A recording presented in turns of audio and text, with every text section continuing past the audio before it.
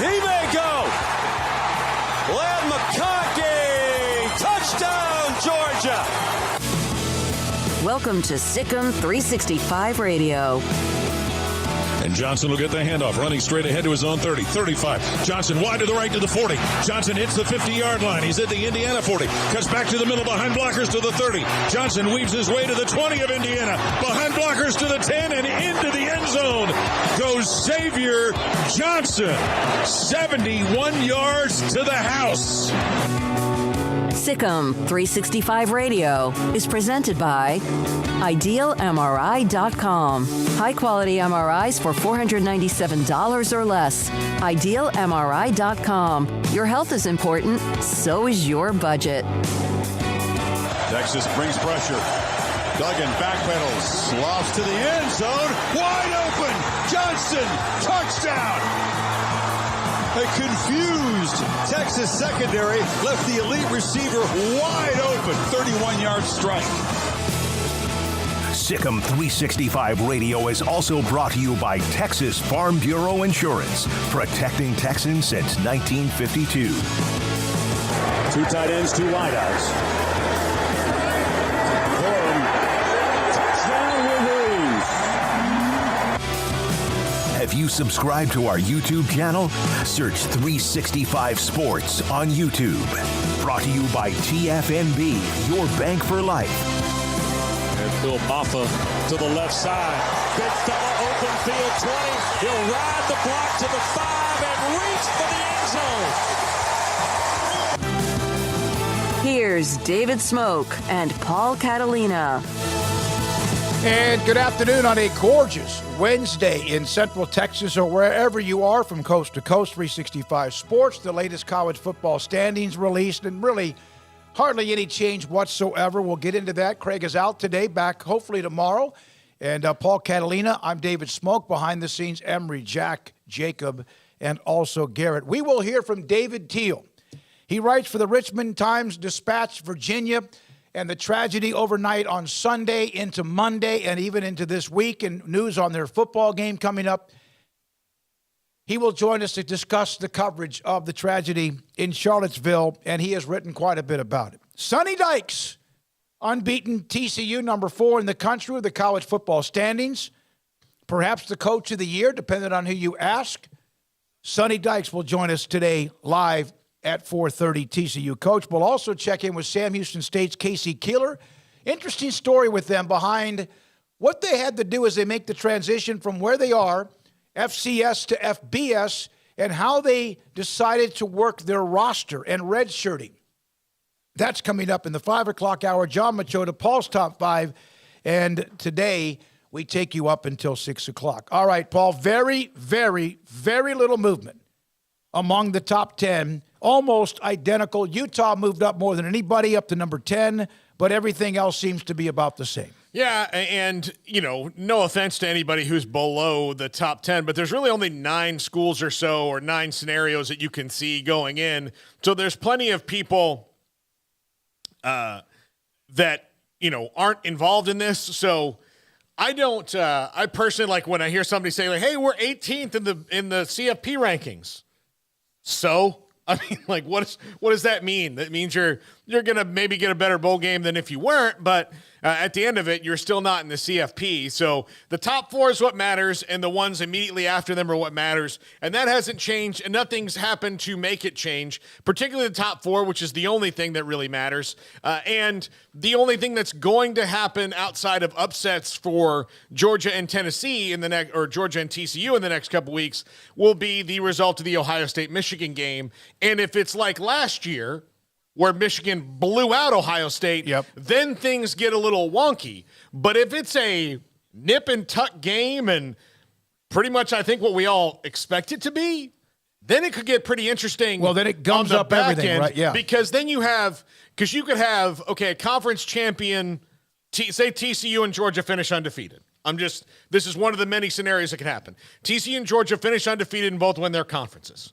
Okay? Then the winner of Ohio State and Michigan will also have probably finished undefeated unless Iowa gets them in the title game. And I'm sorry I laughed there, but like let's be honest here, that's probably not going to happen. So it means it will. So yeah, but there's 3 undefeated teams, and then that 4th team will be a team that's either won their conference with 1 loss, like Clemson, North Carolina, those would be the most outside because of the way the committee clearly feels about the ACC and those 2 teams, or a Pac-12 team with 1 loss, which really at this point is only USC, so they would have to win out themselves.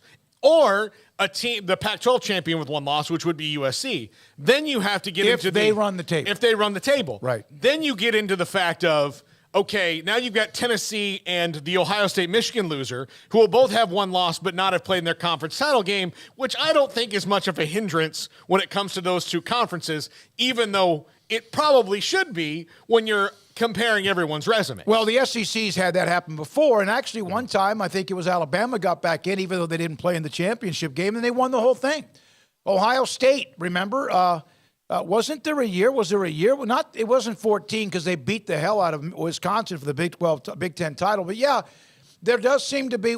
And here's the problem. In the SEC, LSU is 6.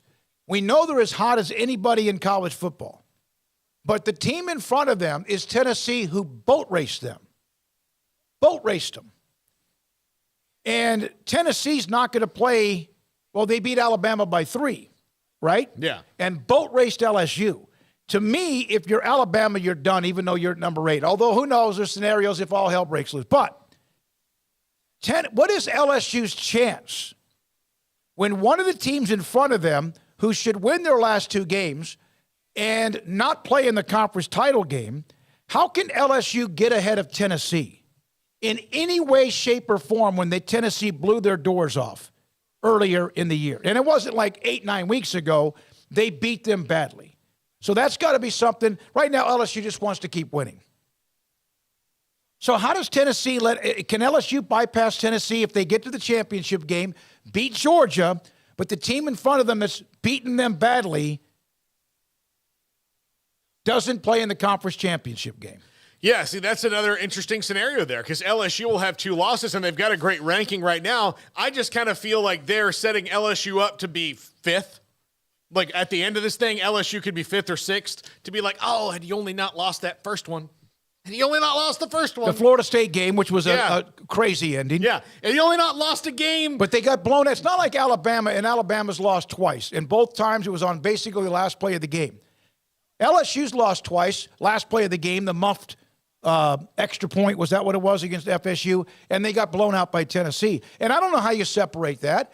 Does the championship game overshadow the fact someone beats you by 20-something points? That's ahead of you. I don't think so. I don't think so. But, if you do it, because then you're like, what you're also saying is the SEC championship is more important than any other championship. Because you want to talk about the regular season not mattering? Yeah. Like, that's one of the arguments is the regular season. Like, if you expand the playoff, the regular season won't matter, which it's absolutely the inverse. The regular season matters that much more and for more people. But you want to talk about the regular season not mattering? If all you have to do to get in the playoff is have 2 or less losses and win the SEC title, then, what does that say about what Georgia would have no penalty for that because they would only have 1 loss. They still have a better record than LSU and just lost to them. Right. And look, I think we in past iterations of the championship made this mistake before. Oklahoma still went and played in the Sugar Bowl against LSU. Yeah, when despite Kansas State beat them badly, demolished them in the championship game. Well, what about Colorado, Nebraska? Nebraska doesn't play in the Big 12 title game. Colorado then beats Texas. Now, Colorado that year had a game loss or 2 or 3, and they played Miami. Yeah. So, I was like, oh, by the way, you don't probably deserve it, but nobody else can beat them, so let's just throw you to the wolves. And here we get into the problem with the committee is that while, yes, strength of schedule matters, there also needs to be some uniformity in what you've accomplished because there's no way that you can just create better strength of schedule during the year. You can schedule out in advance. I'll give you the example of the Florida State team in 2014 that went undefeated wound up fourth. They're the defending national champions. Wound up fourth in the first CFP. Got rolled by Oregon in the Rose Bowl. The year after they won the national title. Yeah, and they were on a 29-game winning streak at that point. There was scuttlebutt about, well, their schedule wasn't good enough. But if you look at their schedule before they made it, it was great. They're playing Oklahoma State in a neutral site game. They had Notre Dame. Like, all those teams wound up being middle of the road, but it wasn't FSU's fault in 2014. It's like Michigan's schedule. Yeah. Right. And so, like, Michigan getting kind of like, what about your schedule? And sometimes, here's the thing. Year in and year out, they always have somebody. Maybe it's Notre Dame or somebody else. Year in and year out. And then every once in a while, who was on yesterday that we asked about? When I asked about their non-conference, North Carolina. Yeah. Their non-conference schedule is a little bit, although Notre Dame, I guess, counts. Yeah. Even though it's something that's forced by the conference based on the way their scheduling comes out. And so, like, you just need – strength of schedule, I think, certainly needs to be part of it, but I think that needs to be part of it once you've filtered out – if everybody has the same record and same standards, and you're talking about – especially when you get to 4 teams. When you get to 12 – this matters probably a little bit less, because when we get to 12, I think the argument between 12 and 15 will be the really only one. Everything else will probably fall into place pretty automatically, I think.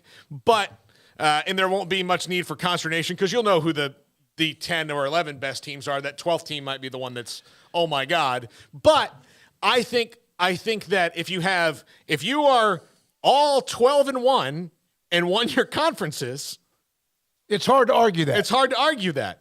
And there's 5 of them. Head-to-head did not matter in 14 the first year. So, why are we thinking head-to-head will matter if Tennessee and LSU? Yeah, well, yeah, that's right. Except that was 61-58 compared to 42-17. There's also a championship game, which is that data point. But so say there's 5 12-1 teams. Well, LSU will have the championship game. Yeah, that's true. So they'll have that data point. But they'll say there's 5 12-1 games. Teams, which is more likely than 5 undefeated teams, but there could be 5 12-1 teams that all won their conference. Strength of schedule should only come into it at the point of what's the difference between number 5 and number 1 with 12-1 records all the way down the line. Yeah. Now, if you're, 12-1, like 13-0, 13-0, 12-1, and then you have like 10-2, 10-2. And all that, then I think the 12-1 team goes, no matter if the 10-2 team or 11-2 team won the championship over somebody else. I want to ask the chat room this, and also on the text line, 254-339-1122. Of the top 10 teams in the country, let's start with 5, Tennessee. LSU 6, Southern Cal 7, Alabama, Clemson, and Utah. Which of those 6 teams, in your opinion, no matter what, have no chance of getting to the playoff? Which of them? Say them again. Tennessee, LSU, this is in order, 5 through 10. Which of those 6 have no chance at all, no matter what happens in front of them, of getting into the college football playoff semifinals? Tennessee, LSU, USC, Alabama, Clemson, and Utah. I think Utah doesn't. Okay. 2 losses. They have a chance to play. They beat USC. Yeah. And I think Alabama doesn't, because they won't play in the title game, and they will have already lost to LSU. You need to go wash your mouth out with soap. But, I mean, it would just, like, the mental gymnastics that you would have to pull as the committee to say Alabama, in spite of all that, is better than these teams, because to me it would crumble if any integrity they have. If LSU loses to anyone ahead on their schedule that's not named Georgia, then we're not in this conversation, right? So they'd be out. But I do think LSU has a chance, because I do think that the committee believes the SEC champion has that much more weight to it. And if that's the case, then FSU should get a New Year's Six bowl. All right. No. Alabama, no. Clemson? Yeah, I think they have a chance. Absolutely. If you win the next 3 for Clemson and beat North Carolina, who's got a juggernaut offense, then I mean, all right, USC. Yeah, of course. I mean, they're USC, and if they win out, then they're going to be Pac-12 champions. I hear that. I get that they're USC, or we talk about other logos that are maybe, like, let's just say, it's Miami. Let's say it's Oklahoma or Texas. Oklahoma has been good for about 20 consecutive years, with stubbing their toe 2 or 3 times, including this year. But they're USC. But when was the last time they were really USC? Well, and yes, but we can't pretend like it doesn't matter. No, but when was the last time they were USC? 2000, and it was before they were double digits behind the 2000s.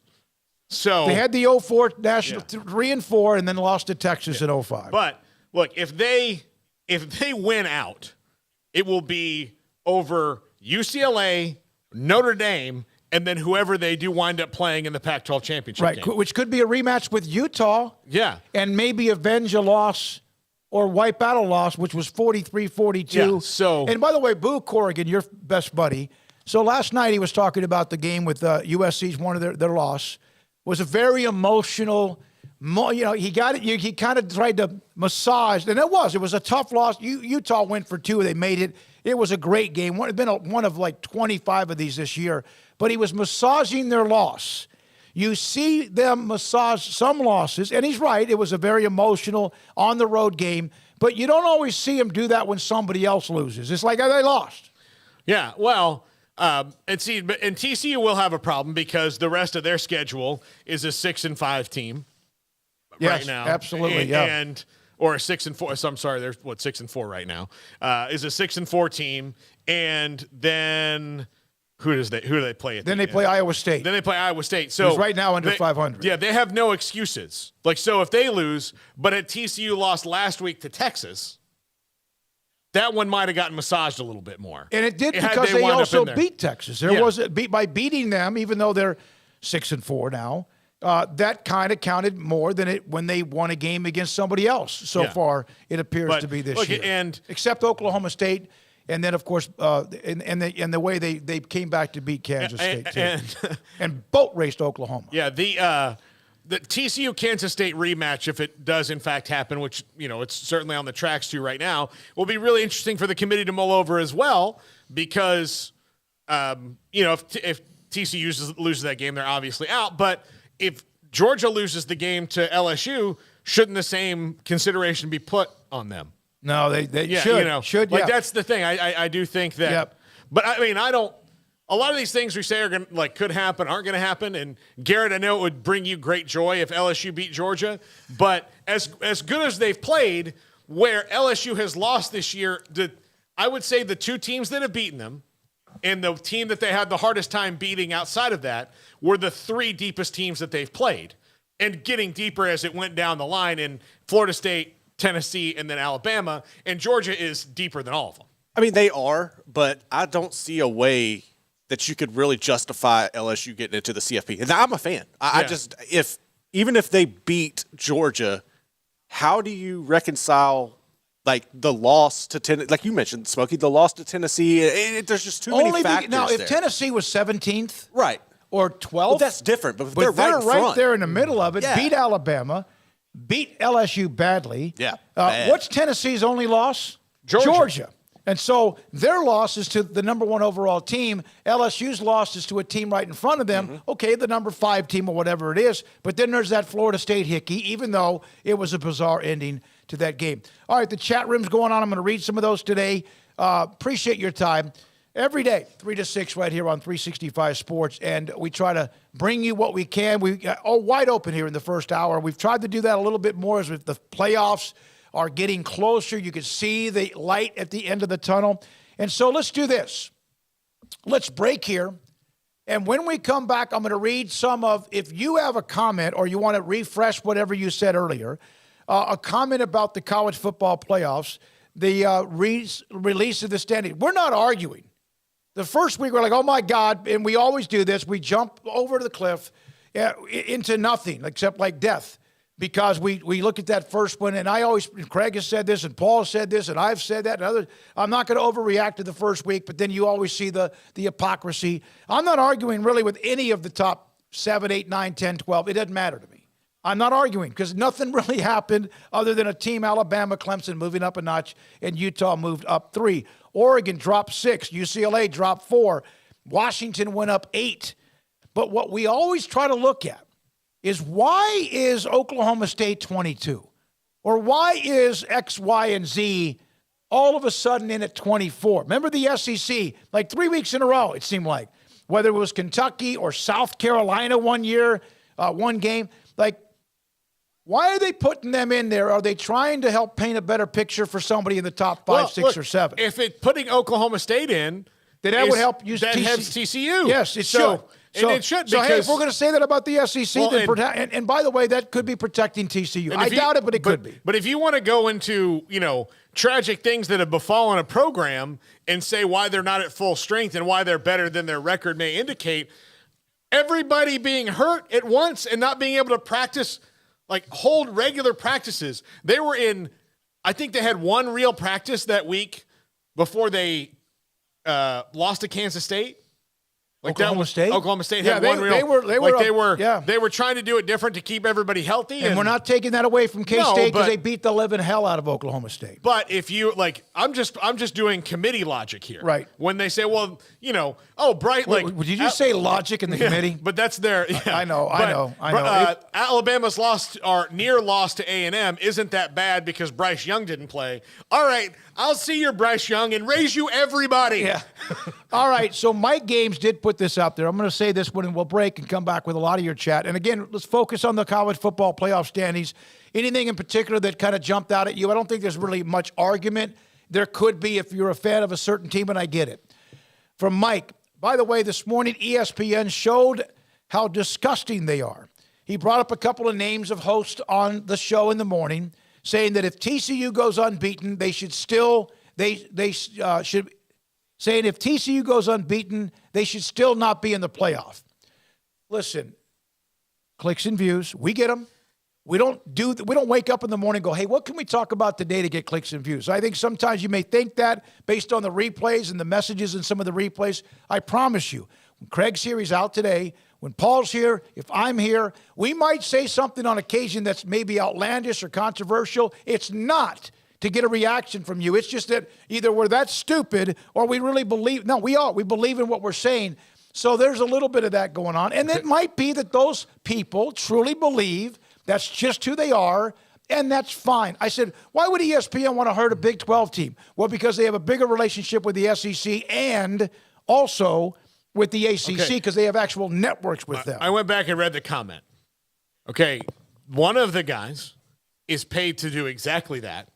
And the other guy... to light a fire under everybody to talk about it the rest of the day. That's exactly what he's paid to do. So he's just doing what ESPN has signed him up for. For millions. He's the highest paid employee there. And everyone watches it. Yeah. And they repeat him. That's good. And secondarily, the other guy who's having that discussion believes there's only one conference. That's right. And that everybody else. And all four spots should be the one conference. Wrote a book called My Conference is Better Than Your Conference, which for some reason everybody believed. Yeah. Well, then they've kind of backed it up. Yeah. All right. Well, let's break. Mike, thanks for that chat. A bunch of you on it. Appreciate you. We're going to go until 6 o'clock. We're wide open in this first hour to discuss, not really so much arguing about the standings because, again, nothing really matters until they release the last ones in about 2 weeks.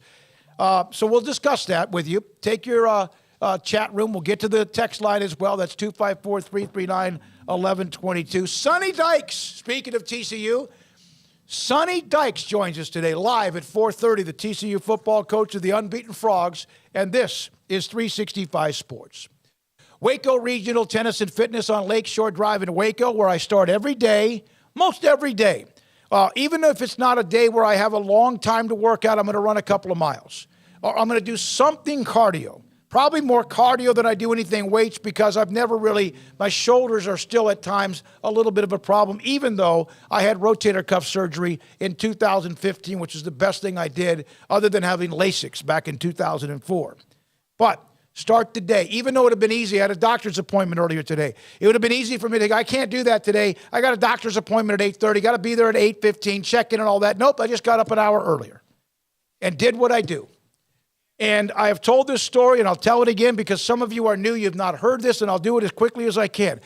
In March of 2013, I weighed 282.5 pounds. Today, I weigh 190. I've been 190 for at least 6 or 7 years. Hard work, personal trainer Christy London. If you want someone like Randall Corley's available, Alex Bach is available, personal trainers available to you that push you to the edge, even when you think, I can't do this. you have someone there to help you, yes, you can. Even when you really can't. It's worth that story to you. It's worth that to you. You may say, I got to work out tomorrow. Then you don't. You have to show up first. And if you don't want to have a trainer, you want to do it on your own, that's fine too. But promise you, every amenity you could imagine for a gym and an incredible tennis academy is inside that building and outside the back of the building as well. They have memberships available. If you want a 7-day pass during the holidays, they can do that for a very, very small price. If you come in for a weekend, for example, this Saturday, and you want to work out early Saturday morning before Baylor TCU, they have a 1-day pass. It's easy to do. It is very inexpensive because it's your health, it's your fitness, it's your life, and it's your future. It's Waco Regional Tennis and Fitness on Lakeshore Drive in Waco. This month, Allen Samuelson Waco is having the Black Friday sales event. You can save big on the new 2022 Ram 1500 Crew Cab with total values up to $4,250 with 2.9% for 72 months. That's right, plus an extra $500 bonus cash to first responders and no payments until January 2023. Shop an award-winning dealership with award-winning product. Allen Samuelson Waco, the place to shop Ram trucks. Come by, let's be friends. It takes time to reach goals. It's a truth that applies to more than sports. It goes for your financial goals as well. You work hard for your money, and you deserve an investment strategy that lines up with your game plan. And Chuck Verno, your Edward Jones financial advisor, can help. If financial investments aren't putting forth the effort you desire, stop by today for a financial review. Chuck Verno, 720 North 64th Street in Waco, 254-732-1161. Edward Jones, member SIPC.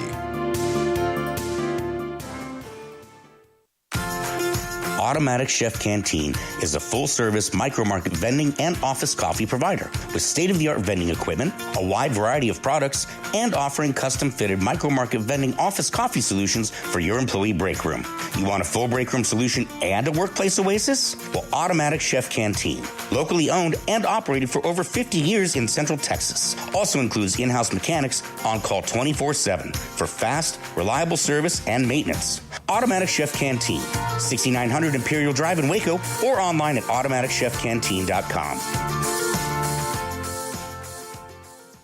Pizza, burgers, and Bears football. There's no place around Waco that serves them all other than Bubba's 33. Come show your green and gold and enjoy some of Waco's best food and beverages while watching your favorite team, the Bears. When real Bears fans get hungry, Bubba's 33 is the #1 spot for ice-cold drinks, hand-stretched, stone-baked pizzas, and bacon-infused burgers. Join us for indoor or patio dining. Bubba's 33, Waco's restaurant and proud supporter of Baylor Bears football. Sick 'em, Bears. Waco Custom Marketplace is your home for holiday favorites for parties or time with the family with various specials available while supplies last in store or ordering by phone, including 8 to 10 pound half spiral hams at $4.15 a pound, 12-pound pit hams at $4.35 a pound, 8 to 22 pound bone-in hams for $3.40 a pound, 14 to 16 pound whole raw turkeys at $2.85 a pound, and $4.80 a pound for 9 to 12 pound whole smoked turkeys, 6 to 8 pound mini pit hams for $5.99 a pound. Limit 4 of each item per customer. Call in advance to ensure availability or drop by Waco Custom Marketplace, 425 Lake Air Drive in Waco. Waco Custom Marketplace, your full-service butcher shop for customized orders or cuts of your favorite steaks or beef tenderloin or specially ordered prime rib roast. WacoCustomMarketplace.com. In Texas, there's pea-size hail and baseball-size hail. Guess which one hit our house? We didn't even know where to begin, but we called our Texas Farm Bureau insurance agent, and he was so reassuring. He knew exactly what to do to get our house back into shape and our lives back to normal. Now, we're even more thankful for the roof over our heads. Stop by and see our agents at one of our 3 McLennan County locations. Coverage and discounts are subject to qualifications and policy terms and may vary by situation. Welcome back to Sikkim 365 Radio. The 3 o'clock hour is sponsored by Waco Custom Marketplace. Meats, sweets, Texas treats, and a cut above the rest. 425 Lake Air Drive, Waco. All right, about to get to your chat room comments, and also we'll check the text line. We've gone over the college football the main part of the standings. Put up that graphic, Garrett, of Abram Smith. Former Baylor running back set the record for most rushing yards ever in Baylor history in a single season, and they've had some dudes now at the running back position. The XFL draft, Abram Smith was the number 1 pick in the draft by the Washington Defenders. Number 1 overall pick, former Baylor running back who we had on the show about 3 weeks ago about as he's waiting for a phone call to get back in the NFL, get a tryout. He's had a handful of them, initially with the Saints, so good for Abram Smith. I will go through and find other people that we know that might have been drafted, but he was the first overall skill position guy today. This is interesting. I'm curious to see how everything shakes out, right, with this league. It appears that they have a good plan. The USFL is forging ahead. They added an 8th team this year, and the Memphis Showboats are back, which should provide some. They're not doing the bubble, are they? No, they're playing in Memphis. Okay. So I think they're playing everywhere in home sites. They're going to go. Okay, all right. So. Am I right about that? That they had last year? There was all in Birmingham. Yeah, it was kind of like the NBA Finals or playoffs that one year down in Orlando. Virginia, we mentioned them. David Teal. By the way, hold on. Jamison Houston, Vegas Vipers in the 13th. Defensive back, played at Baylor. Defensive back, cornerback. Virginia has canceled their game against Coastal Carolina Saturday. The shooting deaths of 3 players and 2 others injured. We'll have David Teal, who's been following that story, at 4 o'clock today.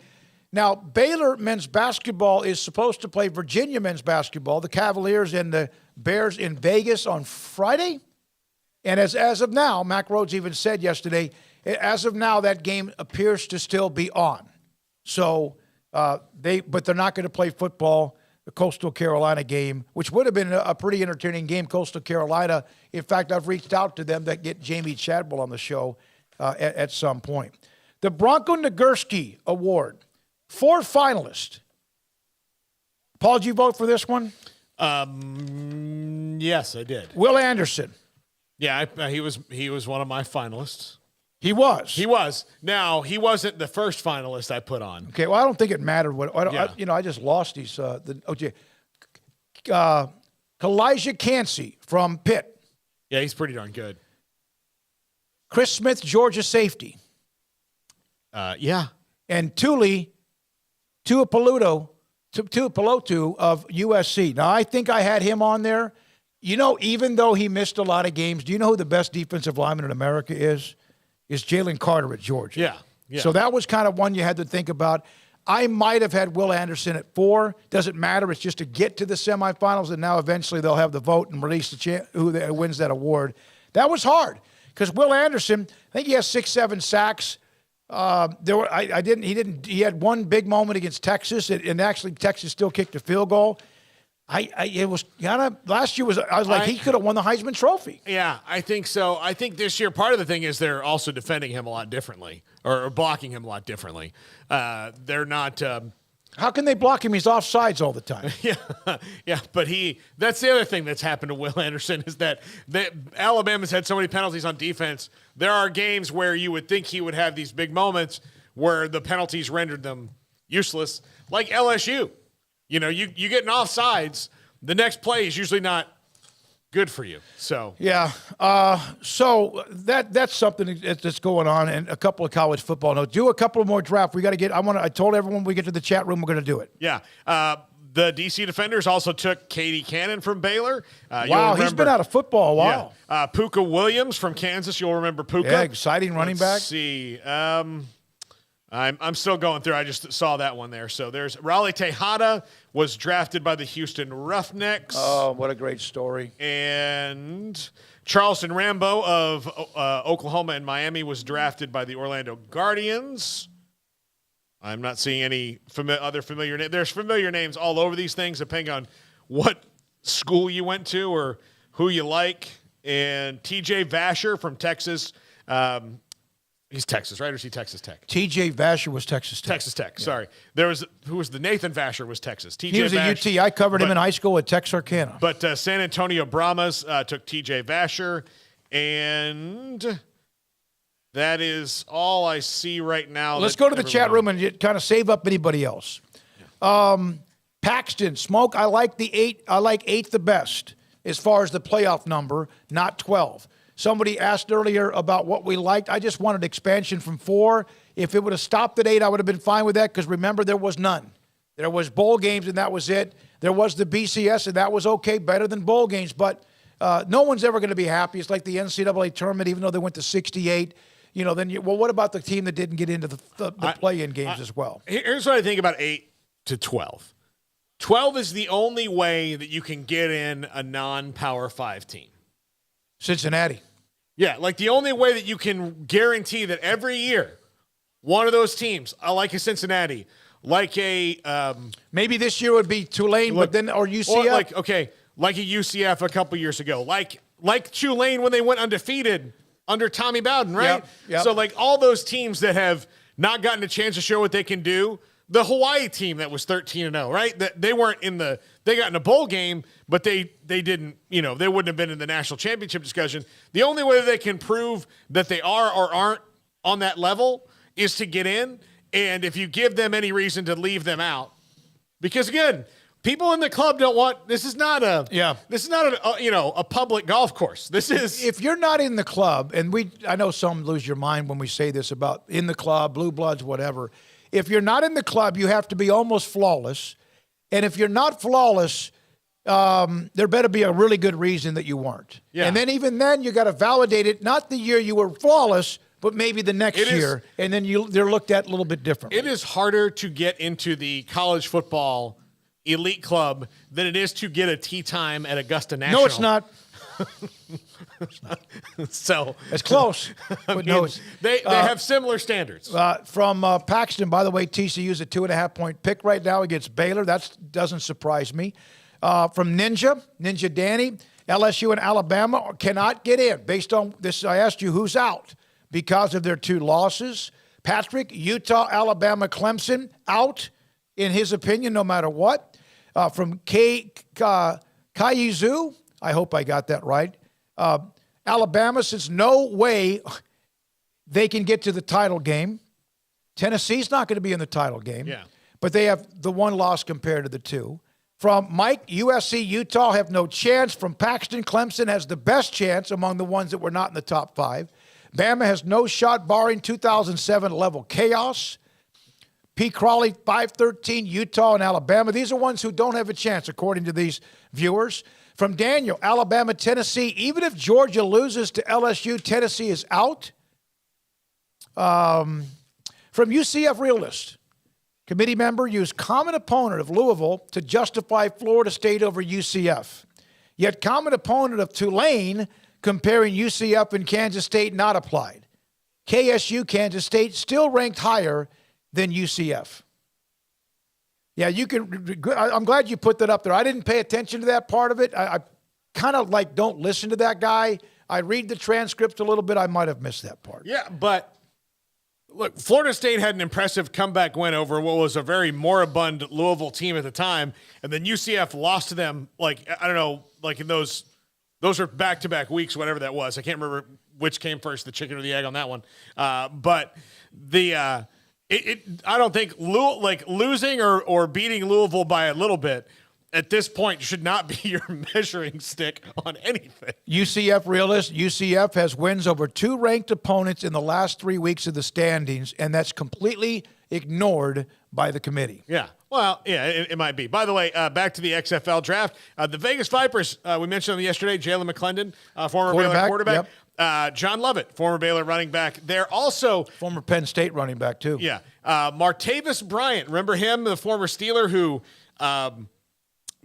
bad attituded his way and out of the drafted. league. He is with the Vegas Vipers. So some of those guys are on kickback patrol.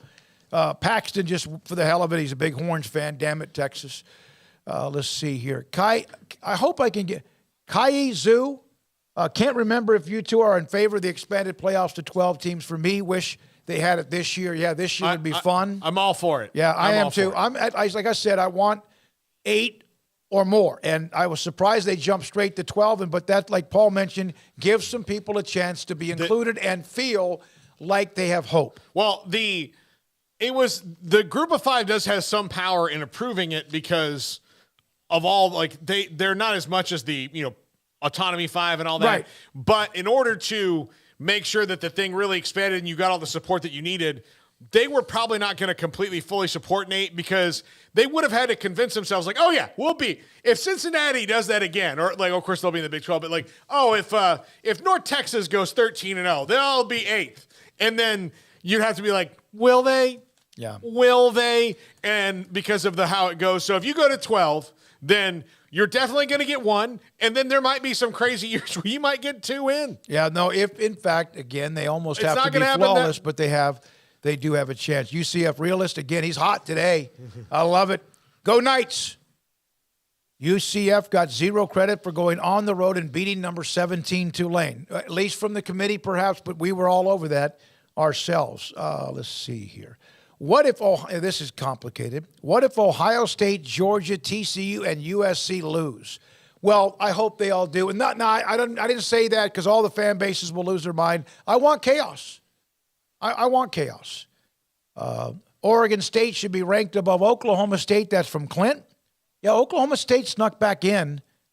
And this is the team that, they ran out of gas right, and Kansas State bludgeoned them 48-0. Let's see here. From Querte, if Texas finishes 8-4 in the regular season and TCU finishes 12-0, I could see the committee putting TCU at 3 and Texas like at 23, 4, or 5 to boost TCU's resume. You know what I'd love about that?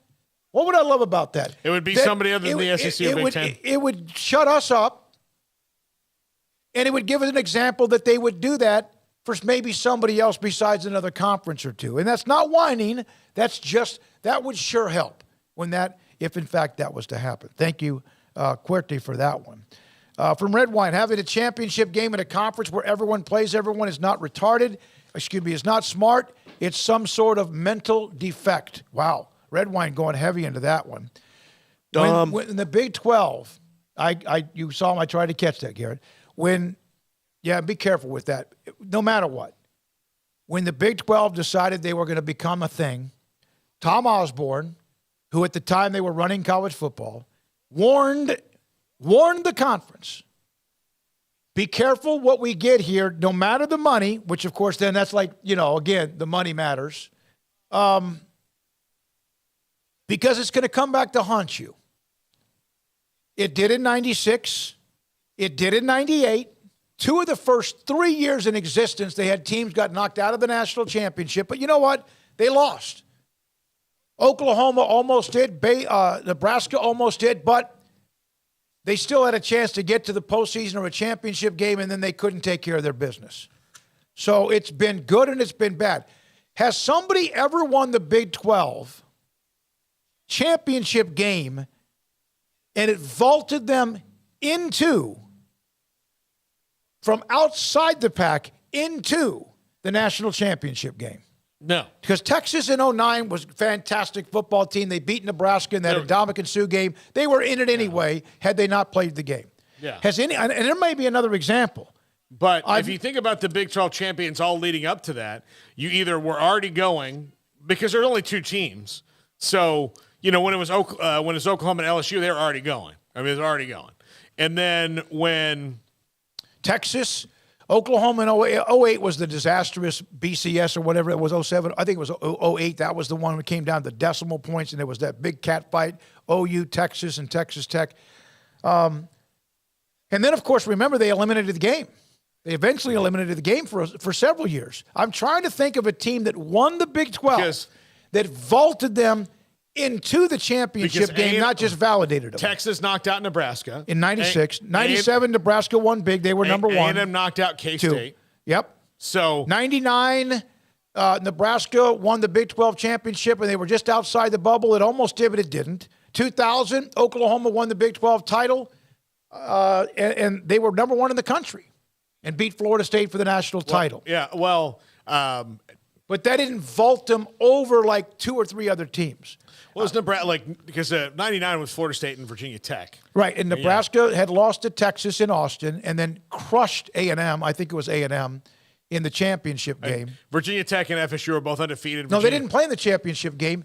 Maybe they did. They crushed 1999, they beat they did. Texas 22-6. They finally, the one time, yay, when they beat up Major Applewhite. And then they played Northwestern, but they were outside looking in because Florida State was so good, and so was Virginia Tech. I don't know of anyone who's ever won the Big 12 that took them and put them above somebody else to get into the national championship picture. Well, then between 2004 and 2010, it was only Oklahoma and Texas who won the game. Every other year, they ran the Big 12, even with a couple of teams. Well, Texas won it twice. Oklahoma won it 5 times, but yeah. But none of their wins in a championship game ever vaulted them ahead of anybody to get to play for the national title, even with those two names. No. Even though some of them were already locked in and lost in the national championship games from after the 2005 incredible win, Vince Young and USC in the Rose Bowl. Look, 3 of the teams not – okay, when the Texas and Oklahoma leave, I want you to think about this. When Texas and Oklahoma leave, how many teams in the Big 12 – will have won an actual Big 12 championship game? Of the remaining 8? Of the remaining 8. Baylor once. There's only 2. Kansas State. That's it. And now whoever wins this year, because it's not going to be Texas or Oklahoma. So whoever wins this year. It could be Kansas State, though. It could be Kansas. Yes, it could be Kansas State. So more than likely. You're not talking about, to clarify, we're not talking about Big 12 championship like Baylor in 13 and 14 and TCU. No. You're talking about the game. So the game. Yeah. Everyone who's won the game, Texas, Nebraska, A&M, Colorado, and Oklahoma, are gone or will be gone. Either gone or they will be gone. Yeah. All right. From Troy Yount, I feel like the pollsters tend to treat a non-OU Texas Big 12 champion like a non-Clemson ACC winner. Paul? Well, I mean, the last non-Clemson ACC, well – they had last year, but they didn't deserve to be. I mean, but Florida State, but this is before Clemson was Clemson. Right. Florida State was now. Clemson. Yeah. So it depends on it. Again, everybody has their teams, right? The ACC and the Pac-12 or just like the Big 12 in that, yes, everybody respects Texas and Oklahoma more. What the powers that be in the pollsters really would like, because it makes it easier, is that Florida State, Clemson, and Miami are the 3 good ones because that makes it easier, right? But what would happen to them? But you know what also would be a nightmare for them? Let's just put the scenario that Florida State, Miami, and Clemson are elite, or like 10-2 or better.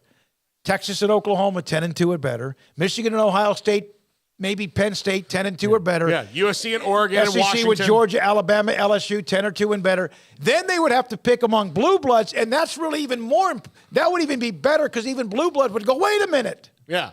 That's where you get the elite of the elite fighting against each other. You're like, oh, we're better than you. Yeah, that's when the silverware's not quite right. Yeah. From Scotty B, I think if USC loses to UCLA, then they don't have any chance. Utah has no chance either. Scotty B, I think, can UCLA get in it? No, 2 losses, no, I don't think so. All right, from the 515, USC was the last USC when they were cheating, which today isn't cheating. No, you know what? Now, and that's why they should just give Reggie. I know it was against the rules back then, but sometimes you return people things when you realize that the rules you made were kind of silly and didn't really stop anything. So what did the rules that were in place for the NCAA stop? Did they stop Reggie Bush from going to USC? Did they stop USC? They didn't stop anything. They stopped USC after that for a while when he and Pete Carroll were both not even there and punched a bunch of other people, but they didn't stop it from happening or prevent people. They didn't, sometimes you may not, break a law, like a lower, like a misdemeanor in your neighborhood because you don't want to fine. I'm not going to steal cable because I don't want a $900 fine, right?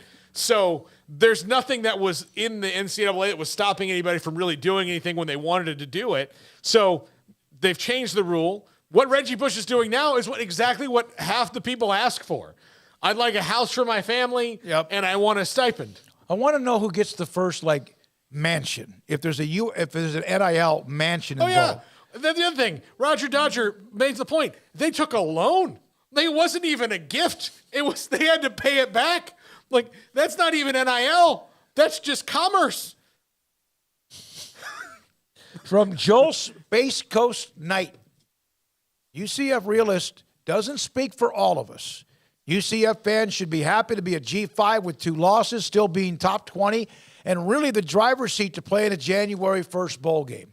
All right, different perspective, Joel. Thank you very much for your comment on 365 Sports. From Chris, I wouldn't be surprised if TCU lost to Baylor or Iowa State. We don't know. Well, who's Baylor?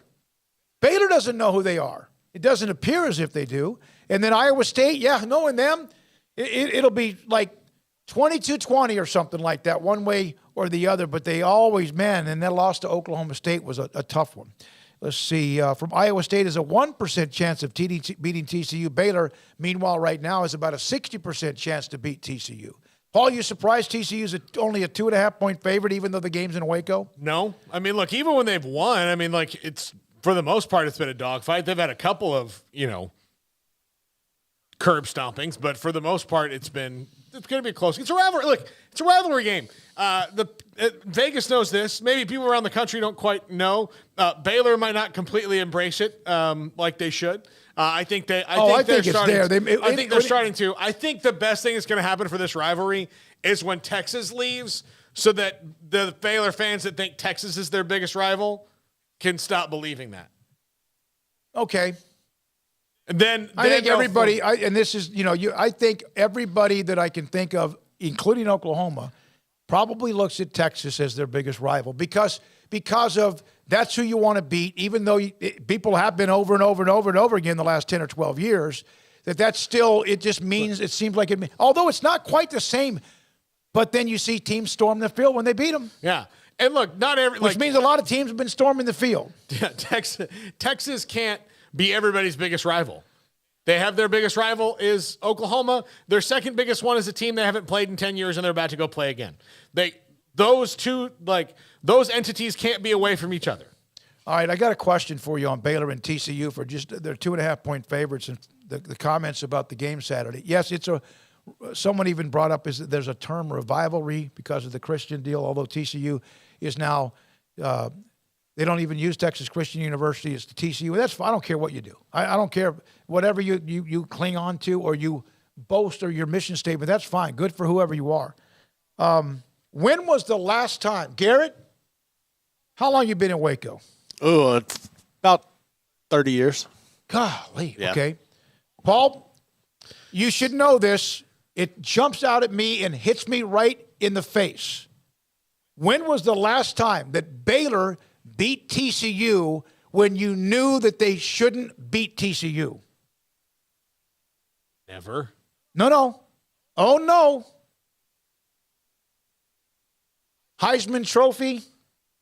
Oh, I didn't think they shouldn't beat them that year. 2011? Yeah, TCU's coming off unbeaten Rose Bowl. Yeah, but even then they took all sorts of stuff the red rifle was gone. The red rifle, Andy Dalton. He was gone. Yeah, I didn't think as soon as that was an upset. It was an upset, but it was not. There was hope. But I didn't think Baylor had no business being in the game. I thought.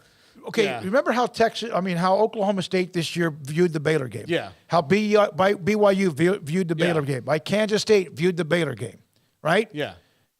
West Virginia, that's just they can't win there. But they were angry. Yeah. They had something to come back on. Well, okay, 2010, TCU beat them 45-3, and then basically as they're walking through the tunnel, remember the confrontation with fans? Way to go, Big 12. 45-10. That was their.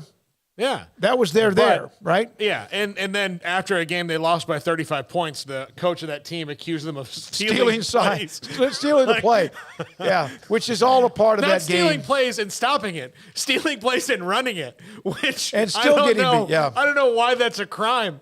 You could have watched an NFL game and seen a play and go, I'll run that play.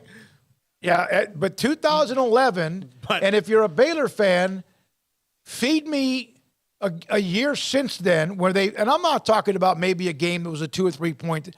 Feed me a game since 2011 where Baylor beat TCU when TCU was probably a heavy favorite. Now, again, all these games, there's been a couple of just ugly blowouts. 2016 will go down as literally one of the darkest nights ever, you would think, in Baylor football. But the blackout game that went very poorly, 62-22. I may miss a game there because Charlie Brewer's 3 overtime, Baylor was rolling towards a Big 12 title, right? 15, both teams were very, very good. 14, both of them were up in the top 5 or 6 in the country. 13, Baylor was a better team. 12, Baylor got hot at the end of the year. 11, when RG3, they had the long Stork-Jones field goal, the pick by Mike Hicks at about the 30 or wherever it was in Baylor territory to seal the game. That, to me, might have been the last time they beat TCU. And if there's an example where I'm wrong, please tell me that it was an upset, like an upset to win that game. Plus, TCU's won 6 of the last 7. We'll see what happens on Saturday. Baylor hoping, and Baylor fans hoping that they get a lot better than what they all saw at home against Kansas State last Saturday. When we come back, David Teal, he's had the unenviable position of having to write about the Virginia campus tragedy, including 5 football players, 3 died, and his thoughts about the story, about Virginia moving forward, and much more. David Teal will join us next on 365 Sports. Waco Custom Marketplace, and right now they have holiday specials as we are a week away from tomorrow, Thanksgiving Day. A week away from tomorrow, Thanksgiving Day. So here's what they have. Pits, hams, and all this. We'll get the hams and turkeys. 8 to 10-pound half spiral hams, $4.15 a pound. 12-pound pit hams, $4.35 a pound. 18 to 22-pound bone-in hams for $3.40 a pound. 6 to 8-pound mini pit hams are on sale right now at $5.99 a pound. Turkeys, whole raw turkeys, $2.85 a pound, 14 to 16 pounds on average, and the 9 to 12-pound whole smoked turkeys for $4.80 a pound. Limit 4 of each item per customer, so you can get 4 of each of those if there's enough of those while they last. Call in advance to ensure availability or drop by Waco Custom Marketplace at 425 Lake Air Drive in Waco. Last home game for Baylor, Saturday morning. It's not a great day to tailgate. I mean, it's a great day to tailgate, but it's going to be a short day because the game is at 11. If you need product, you need charcoal. You need even things for any kind of dips or chips or whatever. They have that. If you need brisket or tri-tip or whatever you want to cook starting the night before, they have all of that product. Wings, sausage, whatever. Waco Custom Marketplace at 425 Lake Air Drive in Waco. Hi, I'm Mark Stewart with Bird Culligan Ford. It's that time of year. It's football season. And BK Ford is a proud supporter of the best high school football teams in Texas, right here in Central Texas. BK Ford is proud to sell the #1 truck in Texas, the F-Series truck, led by our leading rusher, the F-150, 45 years in a row. Lock in your best price and rate today by custom ordering your new F-150 at BK Ford. Simple, easy, trusted. Experience better at Bird Culligan Ford.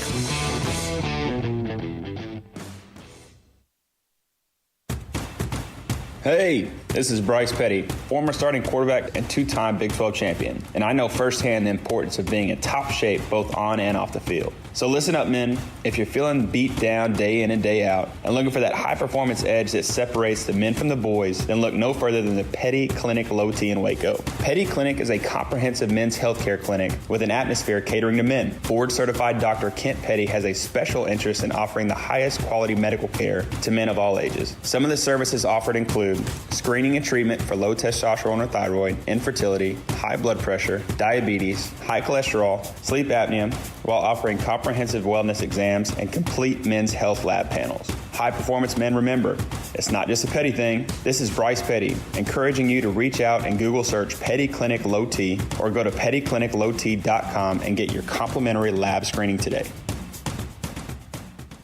Howdy, Chet Garner here, professional guide, searching for bears in the wild. But not just any bears, oh no, a particular kind. With hundreds of thousands roaming freely in the wild, yet still hard to spot unless you know the signs. There they are, Baylor bears. If you're a bear enthusiast or even a bear yourself, join me and let's find some bears in the wild. Join the expedition at baylor.edu/alumni. At Ideal MRI, we feel blessed to be a part of the Waco community. We're a small family business right here in Central Texas, and our goal is to bring down the cost of healthcare while maintaining high quality. At times like this, the cost of healthcare has never been more important, And unfortunately, significant illnesses and injuries still occur. That's why Ideal MRI is open and here to serve you through the difficult time. We offer premium MRIs just like a hospital with state-of-the-art technology and specialists, but you'll pay less. Sometimes thousands of dollars less, whether you're using insurance or not. At Ideal MRI, we accept most insurance and there are no hidden costs, even offering financing if that's needed. Everything included in the price, and you'll not get something as a surprise in the mail later on. If you need an MRI, ask your doctor about Ideal MRI. They'll know. You can schedule an appointment safely from home online in minutes at idealmri.com or give us a call, 833-IDEAL-MRI, idealmri.com. From the first workout to the last practice, sports is an incredible challenge. Hi, this is Dan Ingham with the First National Bank of Central Texas, and we're proud to support each athlete, every parent, and our educators. From families, small businesses, to the biggest industry, we're here to help. With remarkable products like First Free Checking, we've got banking ideas that fuel big dreams. The First National Bank of Central Texas. Familiar faces making local decisions. Member FDIC, Equal Housing Lender. This is Sikkim 365 Radio. Text us at 254-339-1122. The Sikkim 365 Radio text line is sponsored by Riverbend Liquor and Wine, with the most extensive variety of craft beer in Waco. A hidden gem on Lakeshore Drive and 19th Street. We covered as much as we could the story on Monday. By the way, Craig's out today. Hopefully be back tomorrow. We covered as much as we could Monday. The story that was basically still a lot of ways fluid, involving Virginia, the University of Virginia, where 5 people were shot, 3 killed, 2 players injured, and how it could have been even worse, and that's about as bad as you could get. It's been awful. And I told you the story earlier today that Virginia's game with Coastal Carolina will not be played. Virginia basketball expecting to play Baylor in Vegas later this week. And a guy that's not only had to talk about it joins us, David Teal, who joins us today on 365 Sports from the Richmond Times-Dispatch. David, has this been one of the hardest stories you've ever covered? Oh, absolutely it has. No matter how many tragedies that you chronicle, and there have been many that I've encountered over nearly 40 years in this business, it never becomes easy. And you don't know what to say, and you don't really know what to do. And you just try to provide some context and comfort and realize that it may or may not do any good, but you just try your best. Tony Elliott, I know, had the press conference today, and they've canceled the game. Do you foresee them playing the game next week against Virginia Tech on the road, or is that something that's going to be determined based on how the team is dealing and recovering in the next week or so? I think it depends on exactly what you mentioned. And I think it also hinges, gentlemen, on the family's wishes and when services may be scheduled for these 3 fallen young men. Because I know that Virginia is going to want to travel as a team to each of those funerals, and all 3 of them are from out of state. The basketball game Friday with Baylor in Vegas, have you heard anything else about that? Because it appears as if that's still on. All of Virginia's other scheduled sporting events, other than Saturday's home football game, are on target to be played. And that includes several of their Olympic sports teams that are in the postseason. So, David, if you don't mind me asking, when it's a horrible story, there's nothing good about it other than people rallying around Virginia who have ever experienced the same thing, or just because no matter rivalries or whatever, or intensity of rivalries, you do this. You rally around someone who's been hurt. or had something like this occur. Take me through you. When this popped, I think it was late Sunday when maybe the actual incident went down. So take me through you as a journalist in how you went about your business in trying to figure out what you do in trying to cover this story. Well, we really didn't get word of the scope of this and the fact that players were victims. At least I didn't until Monday morning. I kind of checked out from Twitter and social media Sunday night, but Monday morning it became clear that tragedy had unfolded in Charlottesville.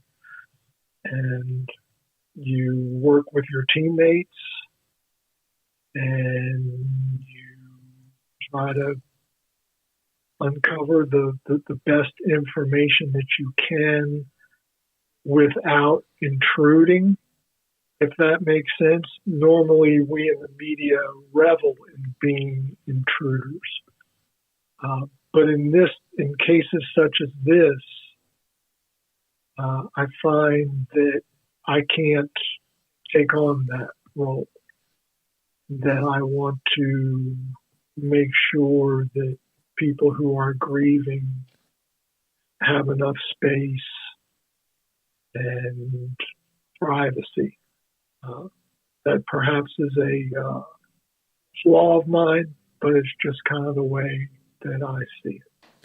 David, I think you're right there. Look, the Baylor community went through something very similar 20 years ago or so ago when Patrick Dennehy was murdered by Carlton Dotson. It's one of those things that there's never an explanation for any of this that's ever going to make sense to anybody or make anybody feel better, and especially the families, and asking them questions is not really going to, get you to that end of what the motive was here or why this happened. So, yeah, I completely understand how you feel there. Thank you. So, Brent Pry, who's at Virginia Tech, was at Memphis and experienced something similar 15 years ago as a defensive line coach. You wrote that story. What did he tell you? He recalled what happened at Memphis. He, as you said, he was a defensive line coach 2007. This is less than 48 hours before the Tigers were scheduled to play a home game against Marshall. And a walk-on nose guard was murdered on campus in an attempted robbery. And Pry just recalled the grief that was all-encompassing and overwhelming, and how he struggled with whether the game should be played. And as it turned out, it was. Memphis actually won the game, and then 3 days later, the Tigers traveled together to Nashville for this young man, Taylor Bradford's funeral. And even in victory, Pry said it was hollow, somber. Bradford had been designated as an honorary captain that night. The band played Amazing Grace at halftime. But it's still, Pry said that day and those days are still a haze. David Teal, Richmond Times-Dispatch, with us on the Virginia story that started on Sunday night with an off-campus trip. Football players were involved. And I saw a note, David, and I didn't have a chance to read all of it, but I saw a note that actually that despite, one life is too many, 3 lives obviously horrible, and then, in fact, a couple of players injured, that this could have been even much worse, that it could have been like maybe 10, 12, 15 other people that really the shooter was attempting to take out? Now that I don't know. I know the bus had upwards of 25 people on board. As to who or how many the suspect was targeting, that has yet to be revealed. David, the people of Charlottesville have had a rough, 2 or 3 years. How is the community doing? Because, the attack at the parade 2 years ago has still got to be fresh for a lot of people. And now this, how is the community of Charlottesville doing? Well, full disclosure, I have not been there yet. I don't live there. But there was a silent vigil on the lawn Monday evening. And I think that was obviously healthy. I don't think words mattered. I think it was just community and connecting mattered. And there is a makeshift memorial outside of Scott Stadium where people are leaving notes and flowers. And classes were back in session today.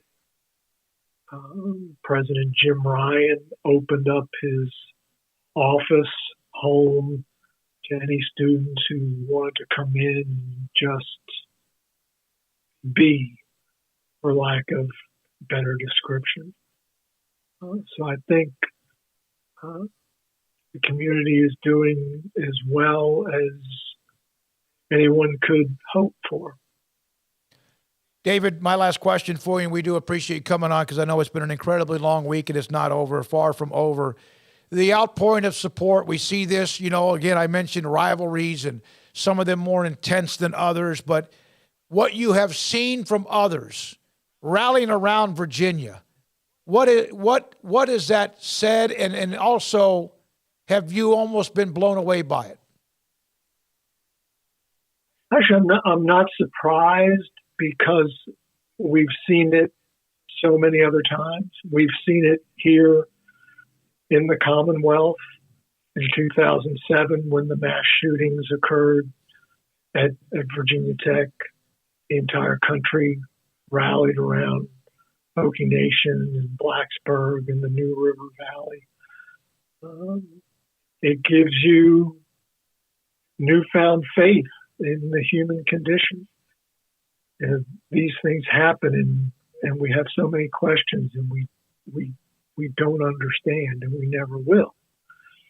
But then we see the outpouring, and it gives us hope. And at this moment, that's about all we can cling to. Mm-hmm.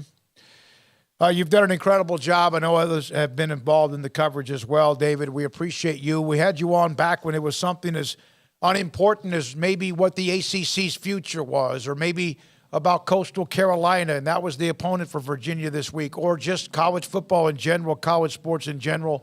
This obviously much deeper than that. Thank you for your time, and good luck moving forward with covering it. My pleasure, gentlemen. Thank you. You too. David Teal with us on 365 Sports. And I was almost, I got to tell you, when we were looking for putting together our guest lineup, Sonny Dykes, TCU head coach, and then a fourth-ranked Unbeaten Frogs at 4:30. He's from the Richmond Times-Dispatch. David Teal, I was like, we said it a lot, discussed a lot, not too much because we still didn't know a lot of the details on Monday, and then wanted to get a little bit more information on somebody who was right in the middle of it. And I was like, man, does he want to talk about this? But he did, and we appreciated it. It might be a little bit of help when you do talk about something that you've seen firsthand right there, not in the shooting, but watching the tragedy unfold based on what's happening on the campus. One of the things that somebody brought up in the chat room that was of interest, and this is not to get deeper than the real story of the tragedy, that the day after a game, you had members of the football team doing something as students on some sort of trip, probably a part of a class, on a Sunday after a game. And probably a lot of campuses, you would not see that. No, and part of the culture, I think, at Virginia, that they were going to go do something that was also a part of who they are. It's not just football players, but student athletes. Yeah, and I just can't imagine what it's like to be on that team and be part of that campus this week. And like I said before, Charlottesville, Virginia, maybe just stop thinking about what happened in 2020 and losing people at the protest and everything that happened there. So it's, we are getting far too used to tragedies in America like this. Yeah, sometimes you see them, there's another one. And you hope that that's never the case, but I wonder at times if, in fact, it might be. All right, coming up, a couple of notes, college football. Hey, today at 5:15, Casey Keeler, head football coach at Sam Houston State. An interesting story there. Abilene Christian leads that conference, which is the Western Athletic Conference. Sam Houston State, when they were in the Southland with SFA and Abilene and others, they pretty much have run it for a long time. But they're going through a transition period to get ready to be a part of the Sun Belt Conference in Division I FBS. And it's kind of been a juggling of their roster. We'll get into that with Casey Keeler as they just lost to Abilene Christian. They beat my alma mater like they have done for too long.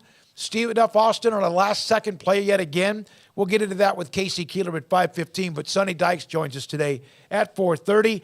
We'll come back with a couple of college basketball notes last night, including two great games.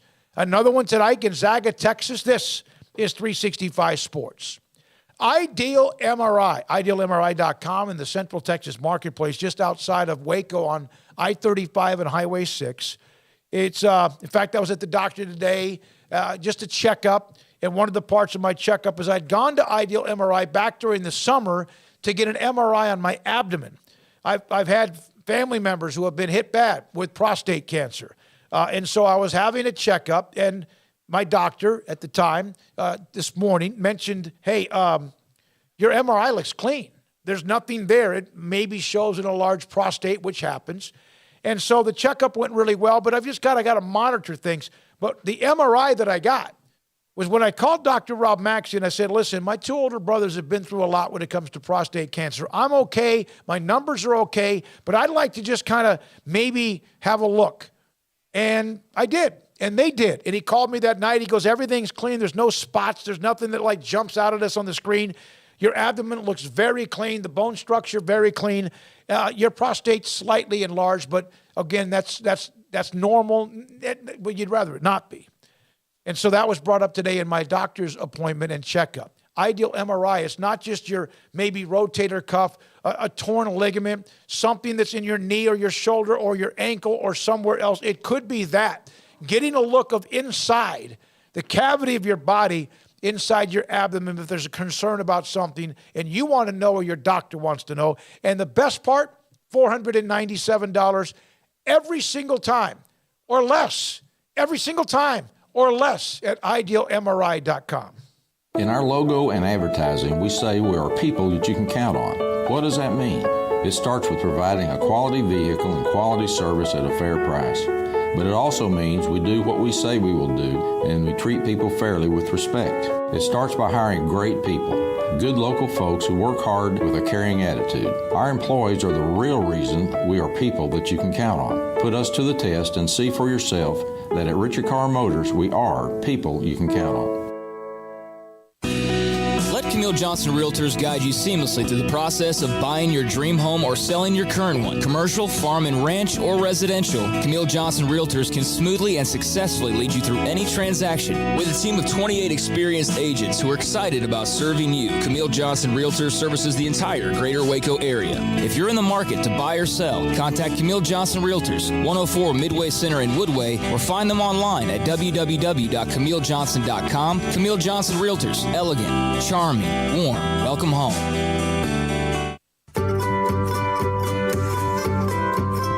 You want to know why Stonewood Dental is so successful? Listen to what happy customers have to say. It's pleasant. It's different than any other dentist office. I really feel like they care. And it's not that you're here for 2 hours waiting on someone to take care of you. It's quick and easy, and I bring my kids, and my kids love being here too. They really love the treasure box. Staff is really nice and accommodating, real friendly.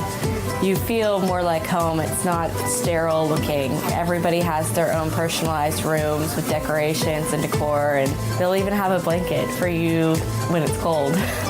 I've recommended people to actually come here, and they are patients now. I really love it here. It feels like family. Learn more, stonewood-dental.com.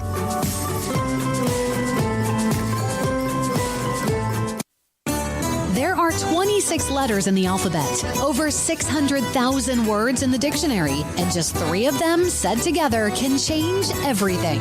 Let's order pizza. Those 3 words lead to dough made from scratch and 3 fresh signature cheeses that blanket golden crust in a heavenly melt on Marco's Pizza that'll blow your mind. So visit marcos.com to order and stop by Marco's Pizza in Belmead, China Spring, Woodway, and in Robinson. Marco's. Pizza lovers get it. TFNB Your Bank for Life is the official local bank of Baylor Athletics. Find out why more Central Texas are making TFNB their bank for life.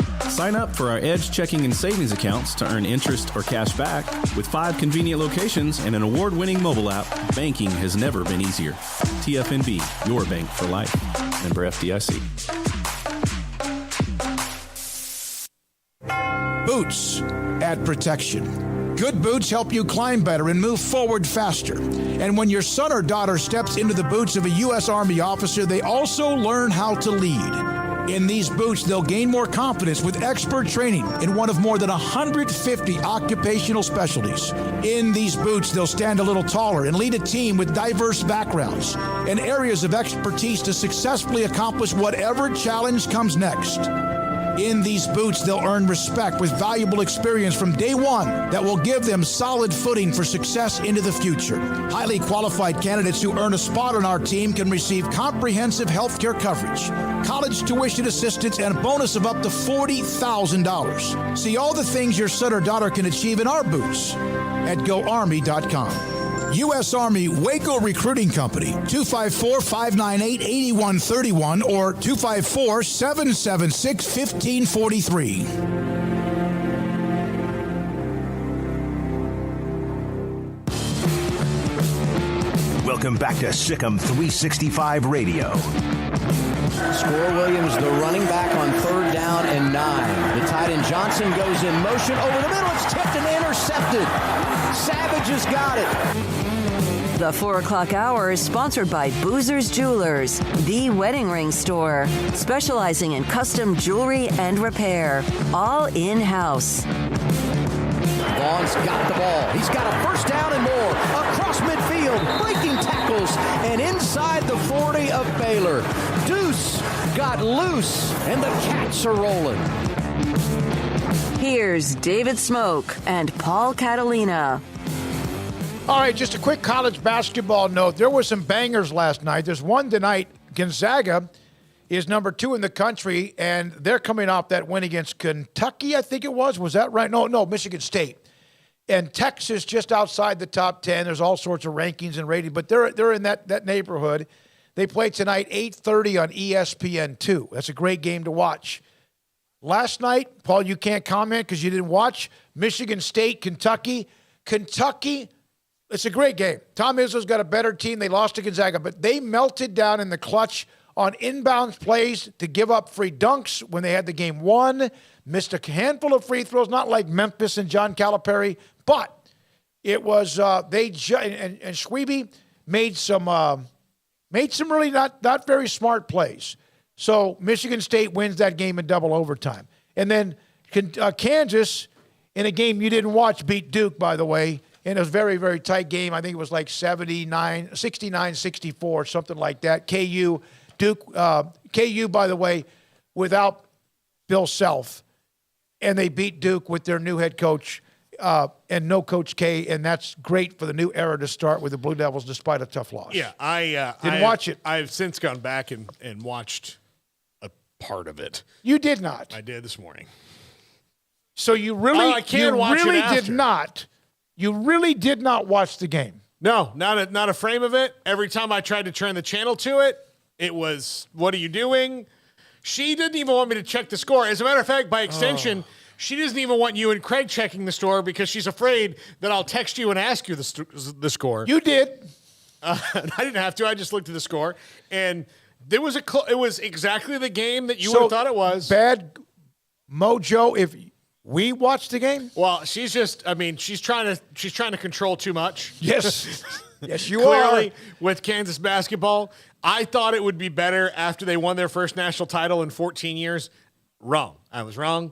It puts more pressure. Puts more pressure because you got to experience that. But I will say this, Jalen Wilson is very good. Very, very good. And, losing Oshai Abaji and Christian Brown is really tough to overcome for anybody. But Jalen Wilson seems to have some of the best parts of both of their games and is an even better defender than both of them. I really like Jalen Wilson. He's fun to watch. Grady Dick, their new guy, really good player as well, and he's just now starting his career. So they're still. I don't think anything should change anybody's opinion about Kansas and defending champs. They're pretty darn good and can probably do it again. Yeah, and again, it seems like now with the decision, the in-house deal, their own penalties, which we could argue about all day long, as long as a lot of other people can, about whether it was severe enough or too severe. That's gone. Now, there still might be a decision coming down the road, but probably that just disappears, evaporates. Kansas with a win against Duke and 2 Blue Bloods, and Michigan State, Kentucky. Garrett, you were covering women's basketball, but Kentucky had that game in regulation set, had the game in overtime, and eventually Sweeby picked up his 5th foul, fouled out, double overtime. They had no chance. Kentucky just couldn't fit it. They couldn't close. Now, real quick note, and then we break, because Sonny Dykes in 4 minutes for about 12 minutes. Garrett, you covered the women last night. They beat SMU. It was a struggle. Asia Blackwell, the transfer, who's probably their best player. I know Sarah Andrews and others are pretty good, but she went down hard. Is that right? And any news on her whatever? There hasn't been an update yet. Yes, there was a play on the offensive side. She went up for a basket, and you could tell she kind of tweaked something there. And she was able to go to the free throw line. She made the free throw, and as she's coming back up court, about half court, she started to kind of limp it a little bit. Once she got into the paint, she kind of collapsed there and began in agony, and they were able to help her off the court. But yeah, it's a big blow. This is a team who's battled injuries all year long. They haven't yet to play a game with their full roster, and we don't know exactly the timetable for them to have the full roster available. But yeah, that's a player you don't want to afford to lose. She was averaging about 20 points a night, so that's a big loss. Yeah, she was very good where she transferred from. And so that, by the way, Scotty B said that, yes, in 2011 when RG3 and Baylor beat TCU, the Frogs were favored by 7 in that game. So maybe the last time in football that they won when they were underdogs, when TCU was the favorite. Maybe. I don't know what it was in 2019, but Baylor was on their way to trying to win a Big 12 title when that happened. When we come back, looking forward to it, excited about it, TCU football coach Sonny Dykes on the unbeaten Frogs, the edge and the chip on their shoulder, and the game Saturday with Baylor. This is 365 Sports. Alan Samuels, Dodge Chrysler Jeep Ram Fiat. Come by, let's be friends. Loop 340 and east of 84 in Waco. And right now, at Alan Samuels, Dodge Chrysler Jeep Ram, by the way, they have all sorts of incentives, including the incentives of what you're looking for when it comes to the Ram truck. The 2022 Ram truck, incentives of up to $4,250, and also 2.9% financing for 3 months through January of 2023. And you could ask them for more details to get clarity on that. But the bottom line is the Ram trucks, Motor Trend's Truck of the Year, 3 consecutive years back to back to back. An incredible truck with all the amenities. Have you seen what the Wagoneer is? I'm starting to see them a little bit more. It is an alpha dog of the SUVs, the Wagoneer. They have those. And, of course, they have all the various Jeep products from Grand Cherokee, Cherokee L, Grand Cherokee L, Renegade, Gladiator, Wrangler, Wrangler X, 4XE. Ted Teague, the general manager, very much involved in what is every single day of what they have on the lot, and they have vehicles for you, pre-owned as well. And AJ, the client manager, who helped find me a car when I was looking for one after giving up on a Tahoe that had nearly 400,000 miles, and I love the car I have in the Ford Explorer from the pre-owned lot. It's Alan Samuels, Dodge Chrysler Jeep Ram Fiat, Loop 340 east of 84 in Waco. Make a winning drive to Genco and refinance your vehicle. Every loan can skip monthly payments for 90 days with rates as low as 3.75% APR for 48 months. Right now is the time to make a play. At Genco, we save you money by helping you pay less for your car. Every loan scores no payments for 90 days. Then have a chance to win 3 more months of no payments. Apply online today for an additional discount of 0.15% off our already low rates, subject to credit approval, membership eligibility, and loan policies. For more information, go to GencoFCU.org. Member NCUA. Three Nations Brewing Company has 16 different beers on draft with a new beer every Friday. It also offers 2 air-conditioned tap rooms, a large indoor beer hall, a second-floor mezzanine offering a great overview of the brewing company and equipment and patio where you can relax under the shade. Plus, you can now experience the new Three Nations Beer Garden Grill on our shaded patio. Grab a cold beer and enjoy a bite from our freshly prepared and delicious menu. Street tacos, quesadillas, freshly cooked burgers and dogs, and veggie burgers too. Nachos and so much more, all prepared and cooked on site. So come visit the award-winning Three Nations Brewing Company on East Vandergrift off I-35 in Carrollton.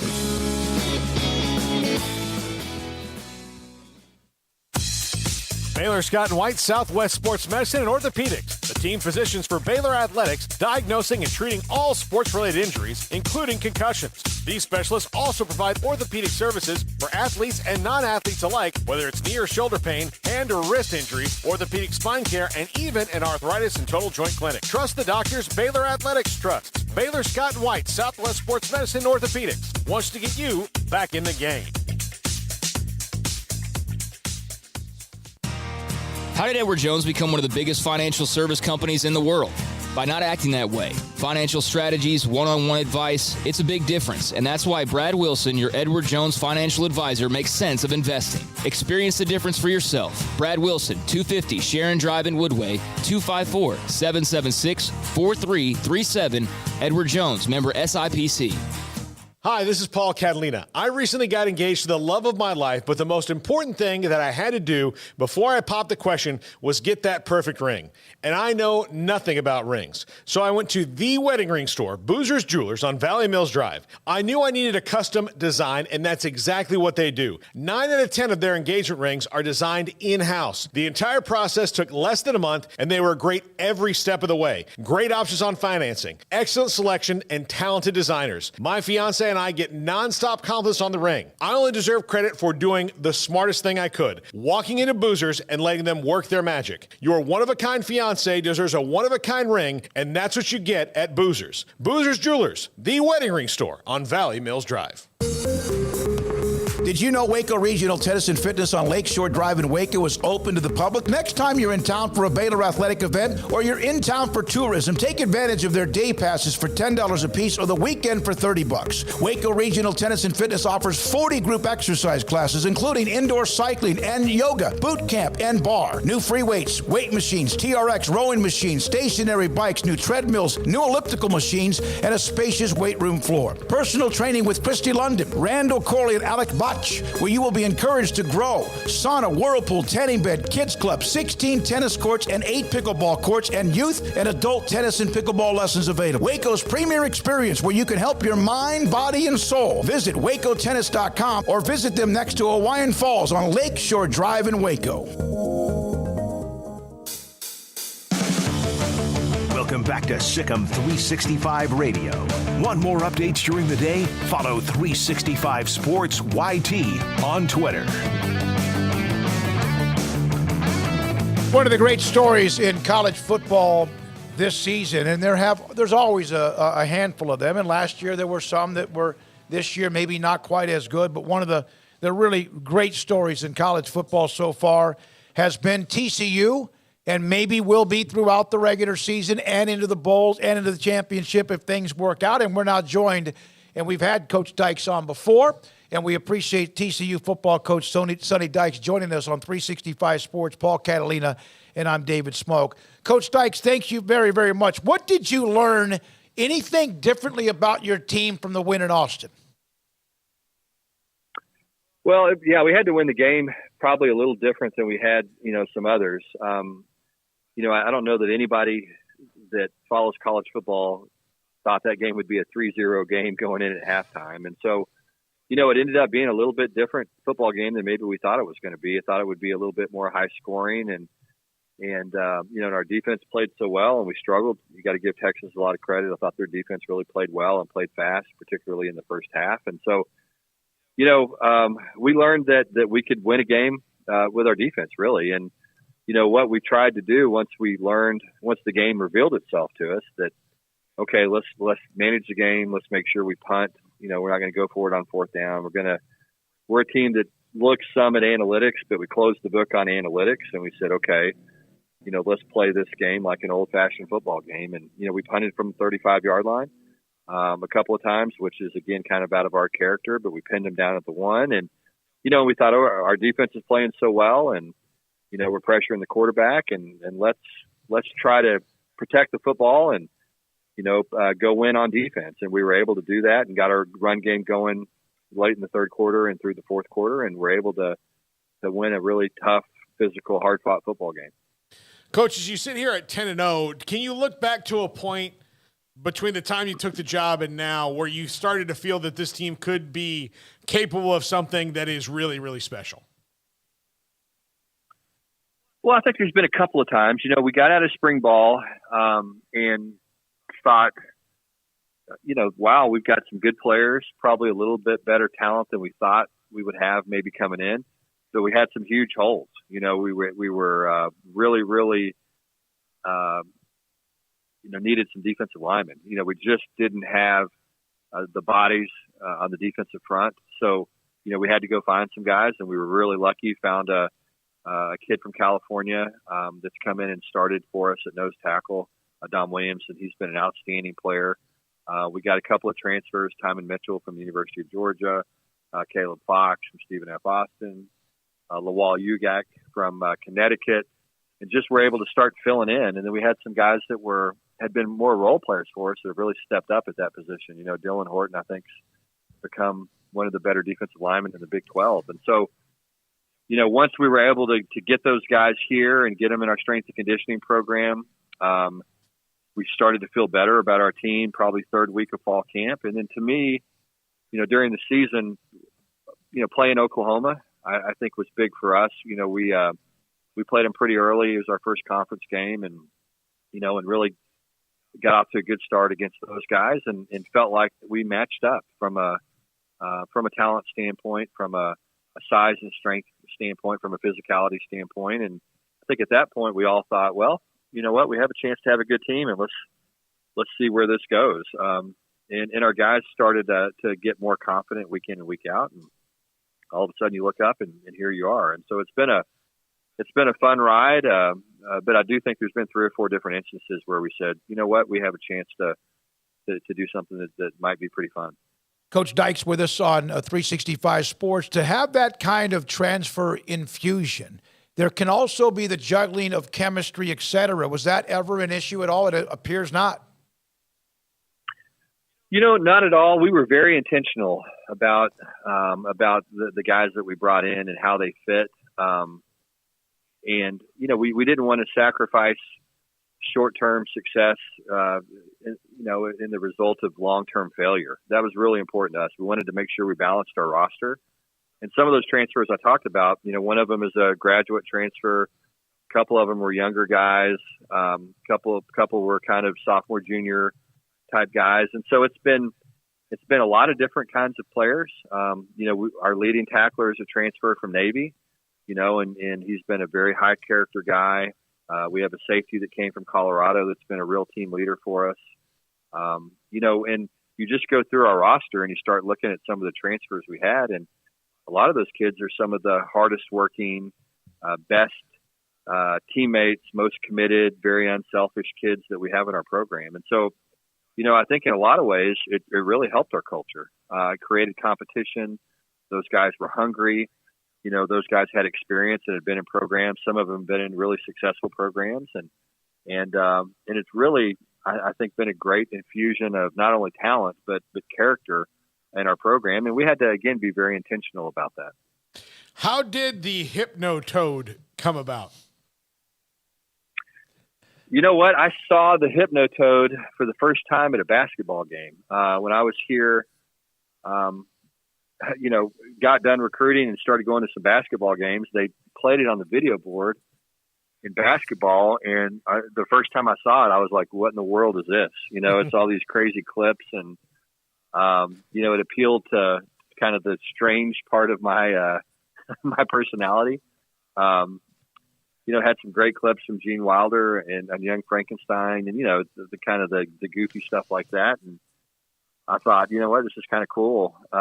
It became something I looked forward to when I went to the basketball games. And then they did the same thing, updated it, I think, a little bit for football. And it's really strange. I don't know how or why, but it seems like it really energizes our stadium and energizes our players whenever they play it, and has kind of been a good luck charm for us. So, then all of a sudden we put it on a sweatshirt and the rest is history. Everybody went crazy, and now the Hypnotoad is all powerful.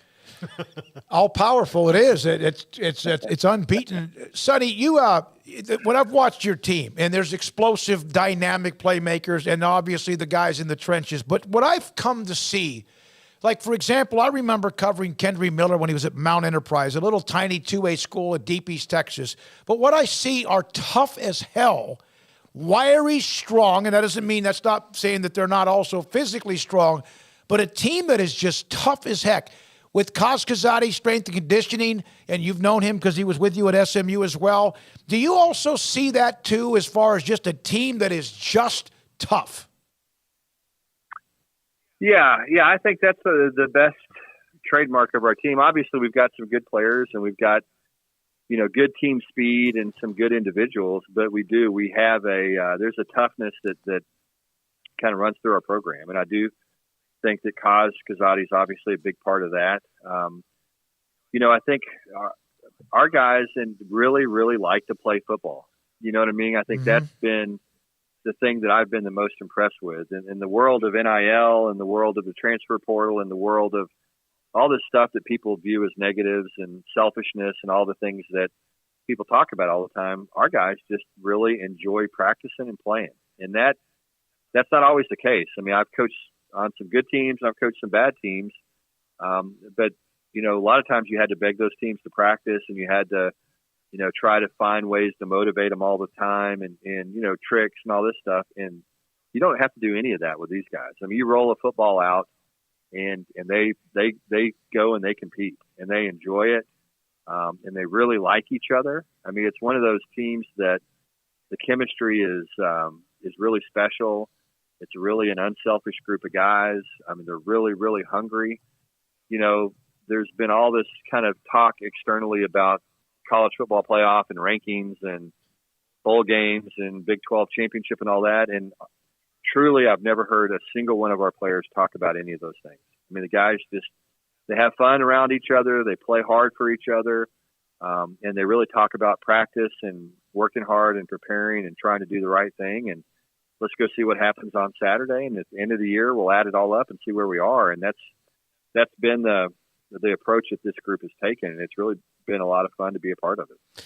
Something happened in the last game that Smokey and Craig and I used to see a lot. Travis Hodges-Tomlinson ran under a ball that was left in the air too long. When he was in high school at Midway covering his games, his attitude was like, you can beat me once, but do it again. Ironically, one of the ones that sticks out in my mind the most is Quentin did it to him one time, and then after that, It was a battle for the rest of that game. What is it like to have a guy like that on defense who, if it's the hang time is a tenth of a second too long, he's going to at least get over and knock it over? Yeah, I mean, the greatest thing about him is he's one of the most competitive people that I've ever met. I mean, he is ultra competitive. He's not the biggest guy in the world, and he understands that. But there's nobody that competes harder than he does. I mean, truly. I mean, when that ball is snapped, I mean, you know exactly what you're going to get. He's going to give it everything he has on every single play and take a tremendous amount of pride in his performance and doing his job. And he's one of those kids that we talked about earlier. I mean, he is just a tough kid, and he doesn't want anything. He wants to earn everything he gets. And he just really enjoys competing, and it doesn't matter what it is. And, he's got a great knack for the football. He's not big, as I said earlier, but he can cover big receivers because he's got a great sense of timing. He does a fantastic job putting his body on the defender. and then, being able to go up and play the football and he can jump probably 40 plus inches and all that kind of stuff. But his biggest attribute is, again, just his competitiveness and his toughness. How good was it to have the quarterback room you had? You made the decision. Chandler Morris, he goes down. Max Duggan, we all know his history, experience, and toughness as well. To have that and then just kind of watch this team take off. Yeah, it's been fun. I mean, Max is we have a really good quarterback room to start with. I mean, Chandler is a really talented guy, had a great spring, had an unbelievable fall camp. He was the guy that we were going to roll with. Got injured in the second half of the Colorado game, and Max stepped right in and took the job and ran with it, just as you would expect a veteran quarterback to do. Max is one of those guys that he makes every single person around him better. He just has that ability to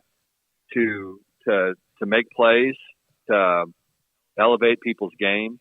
Again, he's got a toughness about him and a selflessness that's, really permeated our program. And he's a good athlete. I mean, he can really run. He's got good size. He's a tough runner.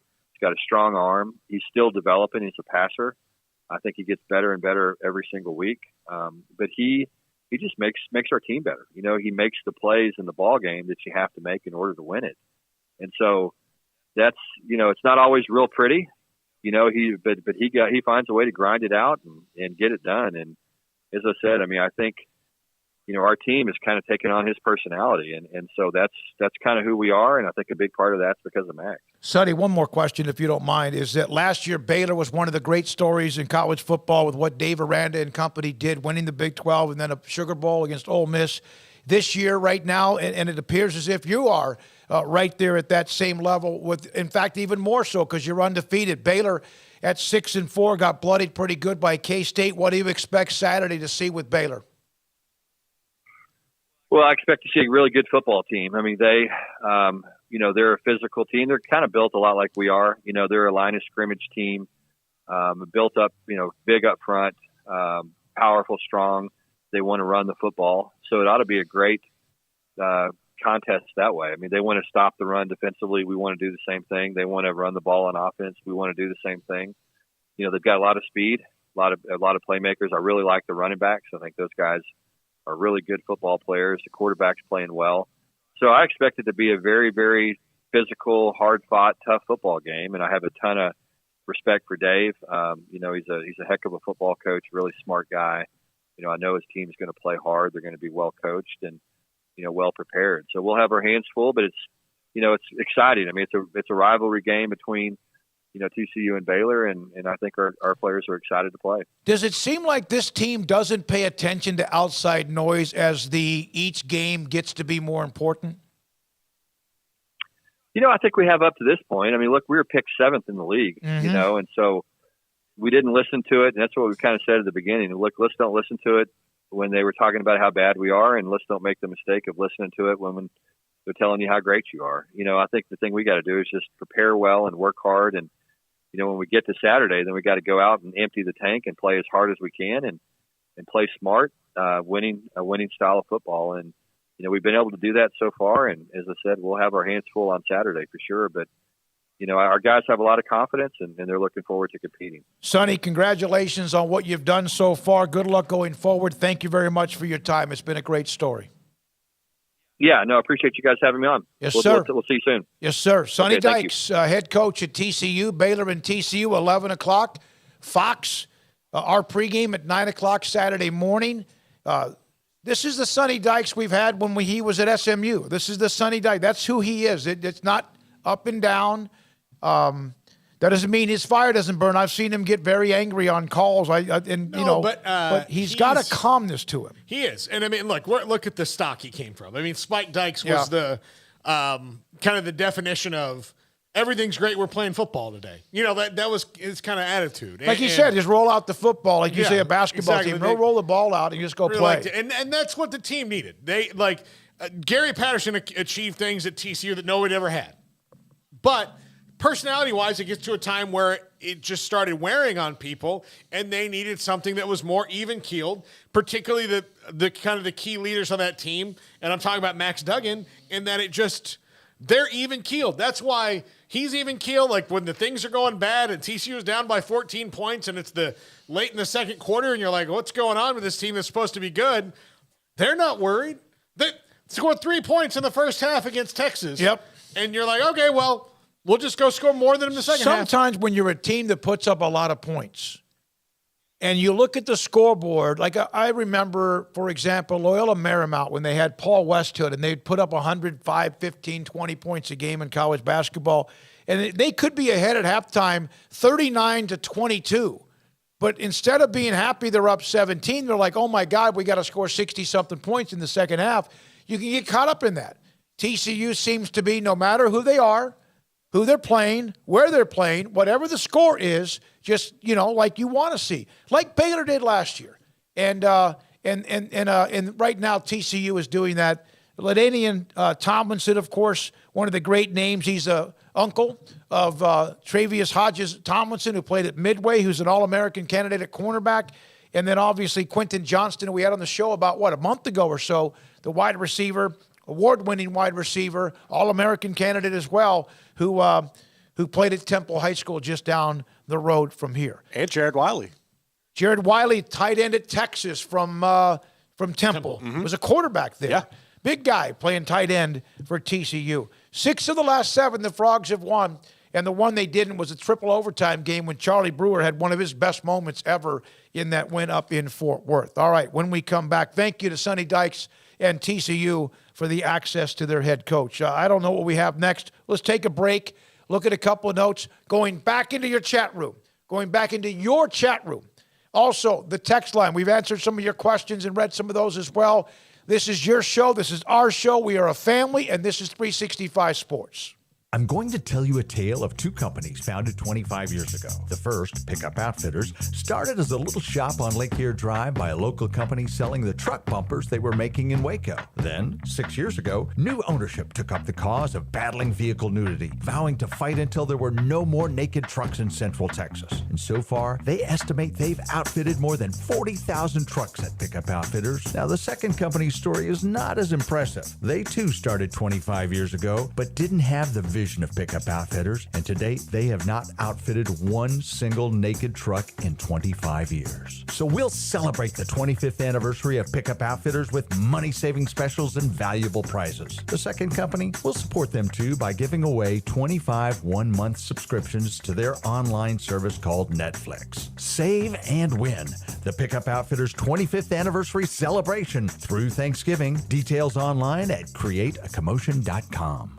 With so many companies and policies out there, it gets so confusing shopping for insurance, and I never know if I'm getting the policy that's right for me. Luckily, I met the team at the Niche Group Insurance Agency. With the Niche Group, you can go to one company and get access to coverage options from many insurance carriers, and you get to speak to a real person about your specific coverage needs. With the Niche Group, I know I'm getting the right coverage at the right price. If you need insurance, talk to the experts at the Niche Group at 1-800-258-8302. Do you or your kids get nervous about going to the dentist? Stonewood Dental, Dr. Steve Childress, he can help.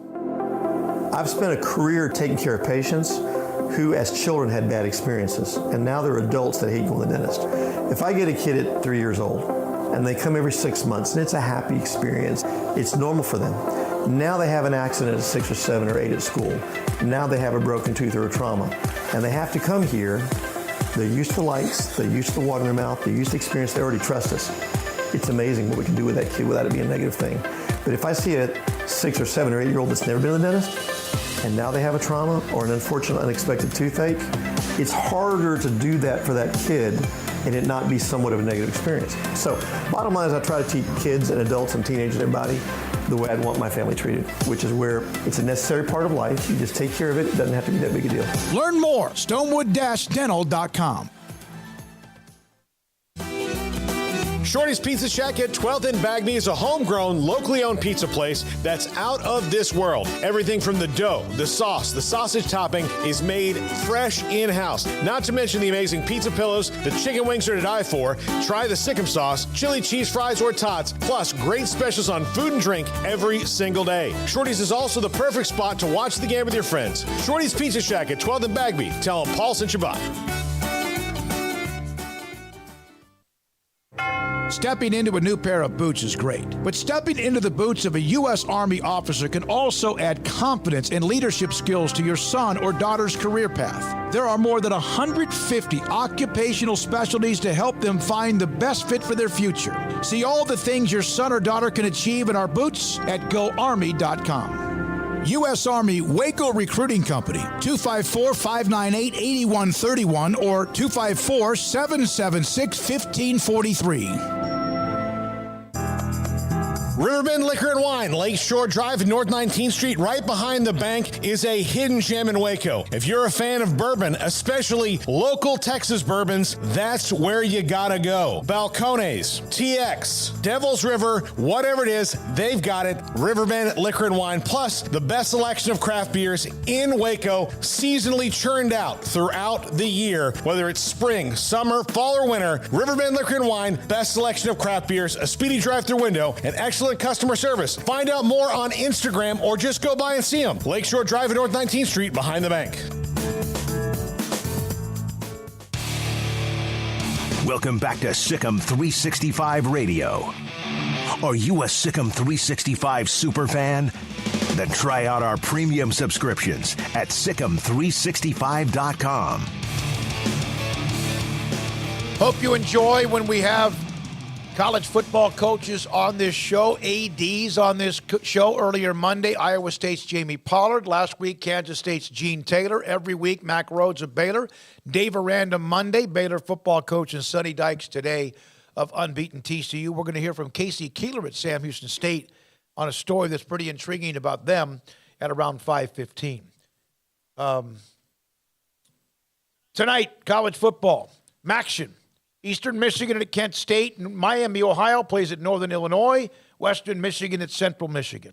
Last night, Bowling Green beat Toledo 42-35. Ohio beat Ball State 32-18. Yeah, look, Toledo's coach is getting some juice for some bigger jobs. He can't be losing games right now.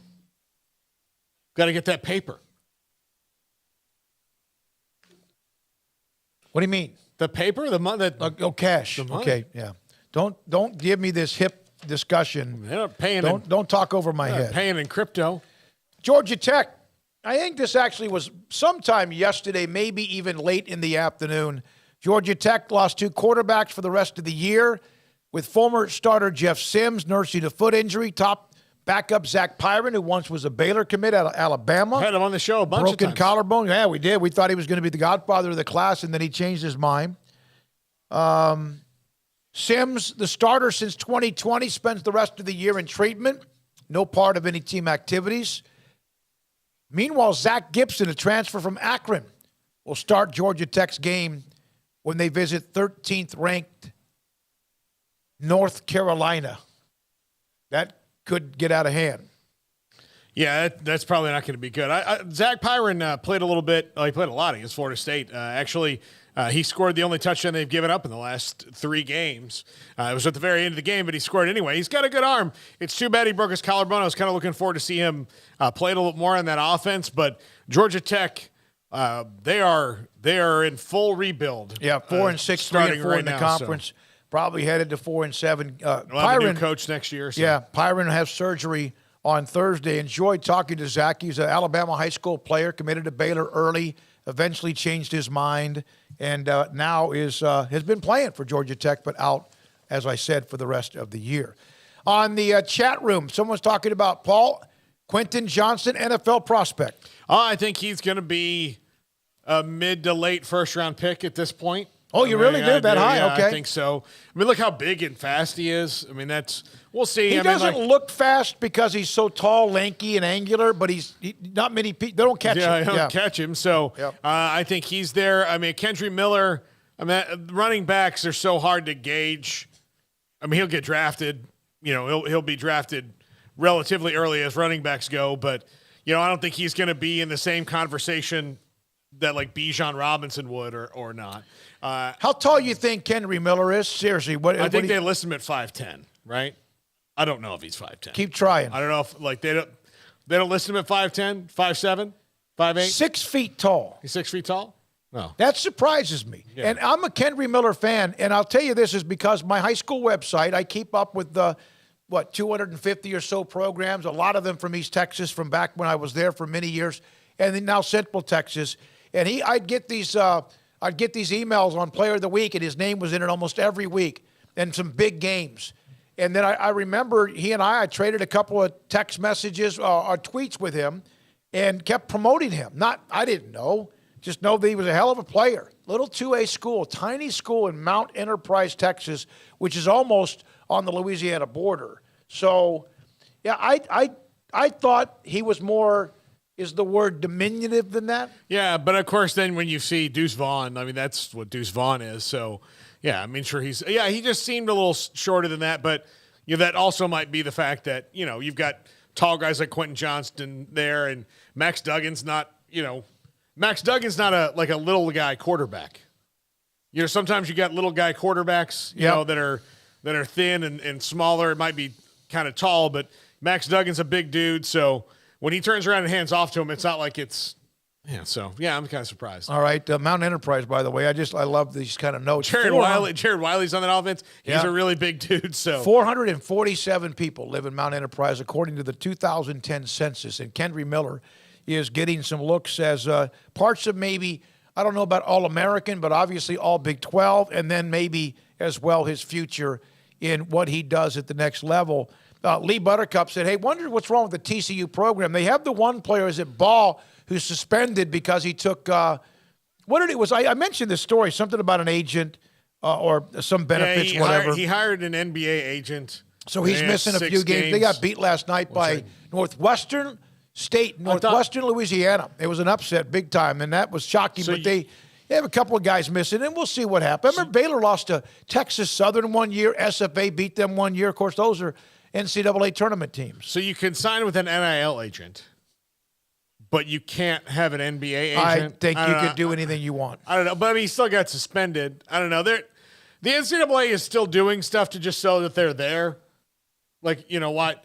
They got to pay a power bill for the internet and, all that. So I guess they do these things to show that they still do stuff, but I don't understand I'm sure there might be a very clear delineation of the rule of what kind of agents you can hire, and he still went and did it. But I think that until you get some real clarity on NIL, like you're just going to get this stuff happening out now and again because if I don't know the difference, if you don't tell me the difference, then what difference is it if I call somebody up and say, hey, I'd like a deal with Dr. Pepper, and then somebody else that does a different thing? I don't know.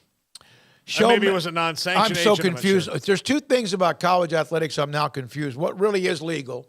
And number two, what class somebody is. 5th year, COVID year, 4th year, freshman. I don't know any. I mean, all we know for sure are true freshmen. And now, because who was it that we mentioned? Oh, Gary Bohannon.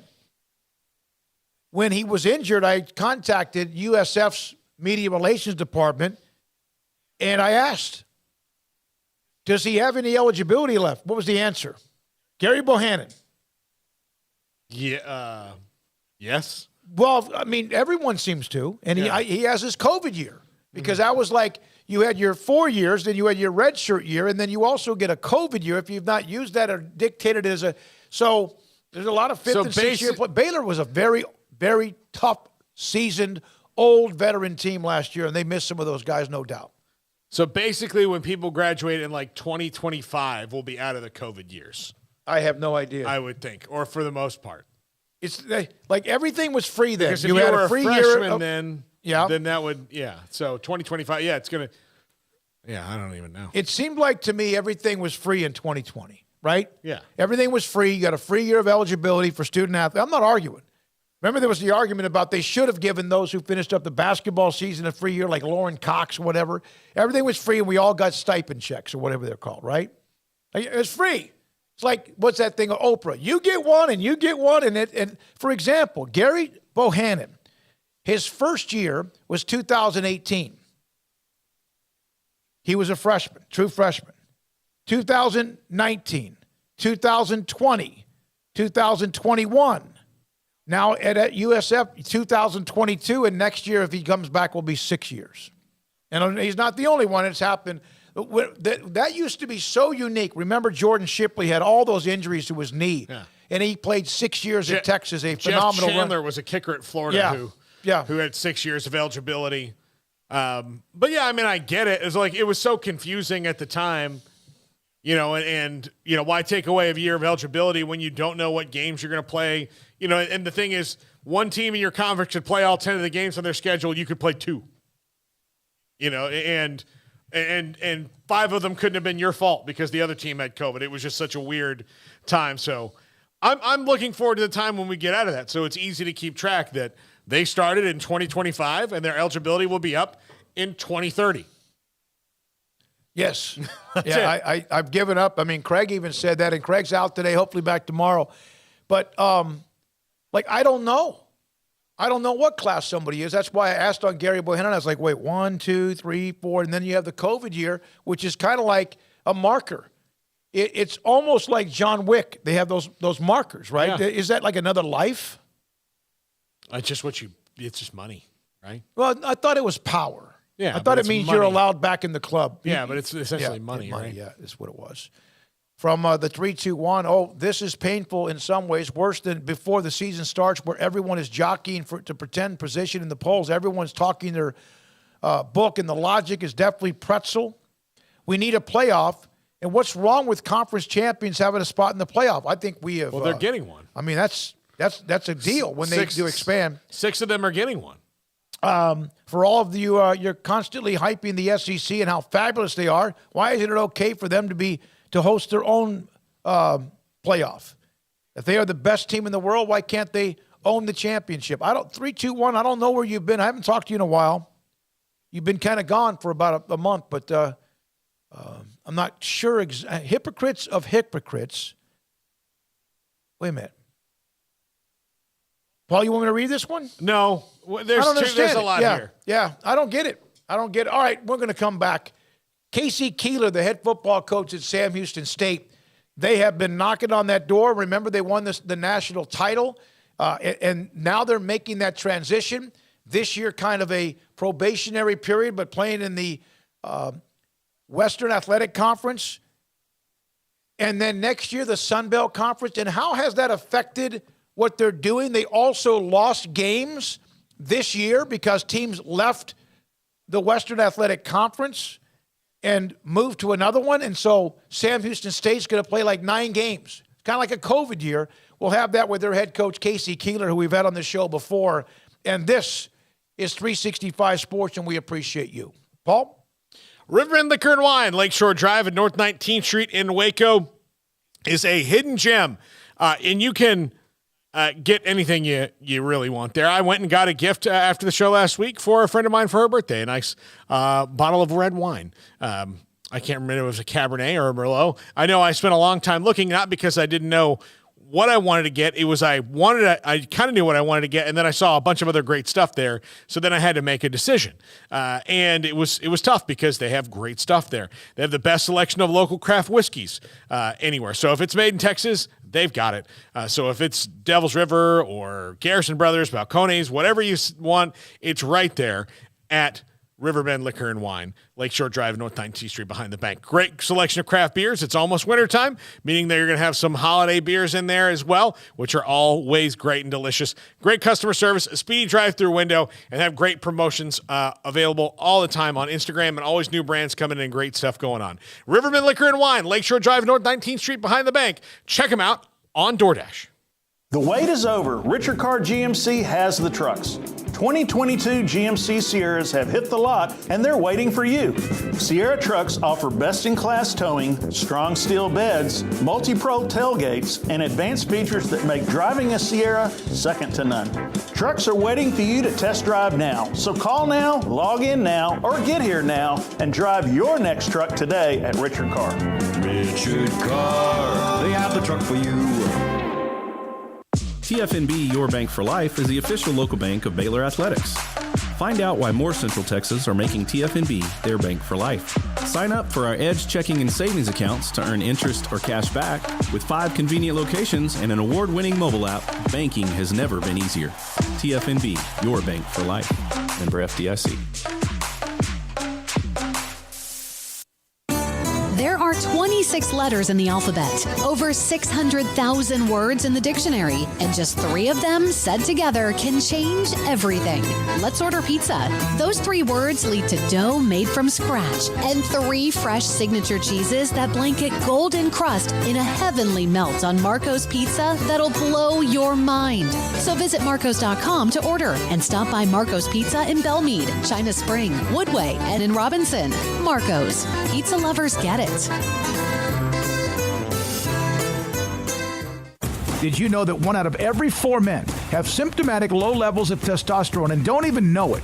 And if you think you're too young to worry about it, guess again. Low T levels can make you feel tired and grumpy, cause weight gain, and wreak havoc on your sexual desire and performance. Petty Clinic Low T can set up same-day blood screening and results, so if you're tired of being tired, I challenge you to man up and Google search Low T Waco or go online, pettycliniclowt.com. It's a private clinic with an atmosphere catering to men. Affordable, only $150 a month, includes lab work, office consultation, testosterone injections, follow-up visits compared to $395 a month in Dallas or Austin, and you don't have to fight the traffic. Petty Clinic Low T as board-certified physician consultations will provide the best form of brand-strength testosterone available. Contact Petty Clinic Low T today, just off Highway 84 and Old Hewitt Drive in Woodway. Petty Clinic Low T, helping men become the high-performance men they deserve to be. PettyClinicLowT.com or Google search Low T Waco. One size fits all. That may be all right for an adjustable belt or cheap sunglasses, but when it comes to your financial needs, no one wants a one-size-fits-all strategy. Cam Heathcott, your Edward Jones financial advisor, knows that his most important goals are yours. That's why we take the time to understand your needs, knowing you. That's how Edward Jones makes sense of investing. Cam Heathcott in Conroe at 936-756-7717. Edward Jones, member SIPC.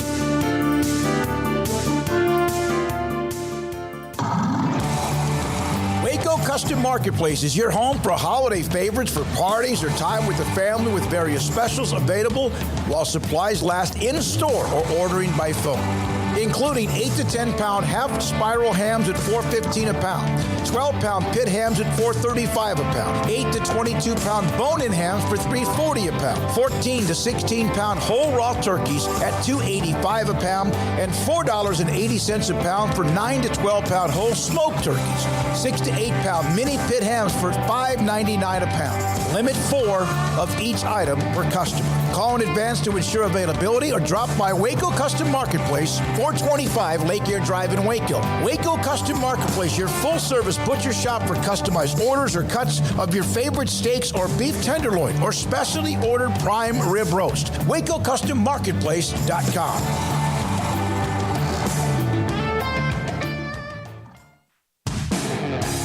Welcome back to Sikkim 365 Radio. From the 2, pressure comes. Griffin's way, and Griffin hangs on for a touchdown. The 5 o'clock hour is sponsored by Edward Jones Investments with financial advisor Brad Wilson. Investing is time and experience back to you and your money during today's changing times. Edward Jones, making sense of investing. Here's David Smoak and Paul Catalina. We are now joined by Casey Keeler, head coach at Sam Houston State since 2014, national championship coach back in 2020, and a part of the Western Athletic Conference, but 1 foot out the door, the Sun Belt Conference coming up next. And Casey, thanks for your time. Paul Catalina and David Smoak, we appreciate your time on 365 Sports. Are there times this year during this transition eventually to the Sun Belt Conference where you don't even know what conference you're in? Well, first of all, we're transitioning to the Conference USA. Conference USA. I'm sorry. Yeah. See, I even confused. I thought we were going to the Sun Belt. Well, that might happen next. I that's how confused I am with all of this. Sorry about that. Yeah, guys, it's been, I've done this a long time. This has been about as strange a year and as difficult a year because, like this is a program that's used to playing for something. And, you come here to try to win a national championship. And now when you're not playing for anything, and now you get bumped down to 9 games, And then you're in a situation where 15 of our best players aren't playing, and so you wonder, like, are the games important? Yeah, the games are important. It's our legacy. Our legacy is that, we win football games, and that's part of our culture. But, we finally caught up to us this past weekend where you finally saw with redshirting 15 of our best players and now injuries on top of it, we had two safeties take over 100 snaps when you put them on defense and on special teams, because we had no one else to play. We were redshirting some guys, and some guys get hurt. So it's been an interesting year, to try to kind of, patch this thing together, then move on to Conference USA next year. Is it something that there's not really a moving up playbook for anybody, because anybody who's doing what you're doing, while the end result is going to be similar, all of your circumstances are different? Well, yeah, first of all, this whole transfer portal, that makes you have a conversation with your players more than you dictating, hey, this is how we're going to do things. And quite honestly, a lot of our players wanted the opportunity to play in Conference USA. And a 9-game schedule and not having a chance to play for anything, except for the standard. And we've done a good job talking about that. We practice and we prepare and we play for the standard, all those guys who played before us, but at the same time, there's no ring at the end of the day. Now, the kids did win a ring. When we beat SFA to win the Battle of Piney Woods for the 11th straight time and the last one ever, I guaranteed our guys rings, and I made my athletic director aware of that after the game. I'm like, you do remember I promised the players rings for Battle of Piney Woods. He goes, yeah, I know. We'll figure out how to pay for it eventually. No. Thank you so much for bringing that up. Hey, Casey, I'm an SFA guy, and you just had to throw that in there. And the last 2 years have been just unbelievable how you've won those games. Well, no, we've allowed him to kind of stay close, because I just want to torture Colby as much as possible. Oh, yeah. He needs it. And all those guys. Yeah, well, I told you, the very first question on the interview here at Sam Houston was, do you like the color purple? I'm like, okay, I got to figure this out on my feet. I'm guessing we're orange, so I'm guessing there's something really bad about this purple team. So I said, no, hate purple, would never wear purple, and it's like, you're the guy. Yeah, so there you go. I think that's how I got the job. So I have to thank SFA for wearing purple, because I got that question right. God, I wish you would have missed that question, to be honest with you, because you have tormented them. So you lost some games. You play at night. It's like a COVID year in a way, because there's also other schools who moved out, and then you missed them on your schedule. Is that kind of what happened and why you only played 9 this year, or will play 9? Yeah, with us moving out of the WAC, there's 2 teams, Incarnate Word and Lamar, that were going to move in the WAC with us. And they decided, hey, if Sam Houston isn't moving in, then we're not moving in. So last minute, we're talking in July, they pull out, and now we're stuck with a 9-game schedule. So, the fact that you couldn't play for anything, and then the fact that you're only playing 9 games was like, hey guys, play 4 and redshirt 5. And so that's what we've been doing. And like I said, it finally really hit us. We won 5 in a row, and I thought we've been playing actually some pretty good football. And then finally last week, when you're playing, your center's redshirting, and then the backup center has to play tackle because we lost our tackle at the last minute, ruled out by the doctor, and then you have to take a walk on and play him at center. There's a lot of moving parts. And it's one of those games where we just didn't play well enough, and we lost. And, the kids were devastated. And I said, this is why we practice as hard as we practice this, because it doesn't matter what we're playing for. At the end of the day, winning ball games is a different feeling than losing ball games. And we want to have that experience in that locker room together as a family, win that game. And we dance after we win. We put the music on, and I call up the quarterbacks or the wideouts or the DBs or whoever it is, and they lead the dance. We have a lot of fun with it. But, so it's been, like I said, it's been a strange year, and I thought we've managed it pretty well. Then last week you finally saw the combination of the redshirting and the injuries. We had guys just playing way too many snaps. And, the other thing that I realized was going to be a factor was we've had 3 bye weeks this year. And so every time you get in a roll, you stop the season and start over. So you stop and you start and you stop and you start. You can't ever get in any roll. So, we'll be, I would say, I've done this a long time. This has been as difficult a thing I've ever had to work through. And we're excited to get in the Conference USA and get a normal schedule and get this thing rolling for next year. Because of the transition and because of the number of games, if you were unbeaten, or were you not eligible to be in the postseason? Nothing. There was nothing. We tried to work it out. Hey, we won't take our extra scholarships until mid-year because we were going to hold a lot of scholarships anyway till mid-year. You can't do that. And this is the thing that the NCAA has to understand. We lost an All-American tailback to Kentucky. We lost an All-American offensive lineman to Tulane. We lost another all-conference offensive lineman to Western Michigan. Our quarterback decided not to come back. Our All-American quarterback decided to graduate and not come back and play because we weren't playing for anything. So with the transfer portal, no one's ever had a transition with the transfer portal. Like when Appalachian State moved up to FBS, those players couldn't transfer sideways. They couldn't transfer up. They only could transfer down to Division II. Here, we're dealing with a different world. Also, I bet we lost 10 recruits that because we couldn't play for anything, decided not to come to Sam Houston. So you're really kind of hurting our product because we lost players to the portal, and then we also were in a situation that we couldn't recruit players because we couldn't play for anything. We believe next year we're going to be able to play for something. We're trying to explain to the NCAA that, like, that old rule is sort of antiquated. With the transfer portal, you cannot put us in harm's way 2 years in a row. You cannot diminish our recruiting and also put us in a situation that we may lose players because we can't play for a bowl game. Now, obviously, playing BYU and playing Houston and playing Air Force then at NRG Stadium is really kind of exciting. And I don't think we're going to lose guys because of that.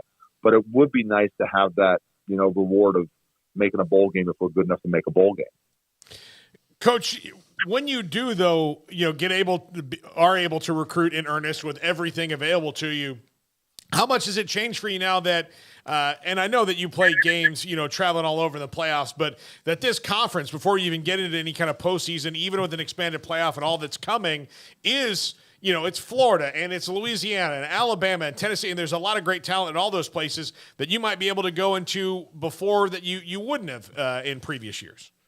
And we will investigate kind of outside of Texas, but being here 9 years, I've learned we recruit Texas, and Texas. And we make a living in Texas. And if you find someone from outside of a roster, outside Texas on a roster, they're either a transfer or possibly someone who came to our camp. We went into California, we went into Louisiana, we went into Oklahoma, and it just wasn't as productive as our Texas kids.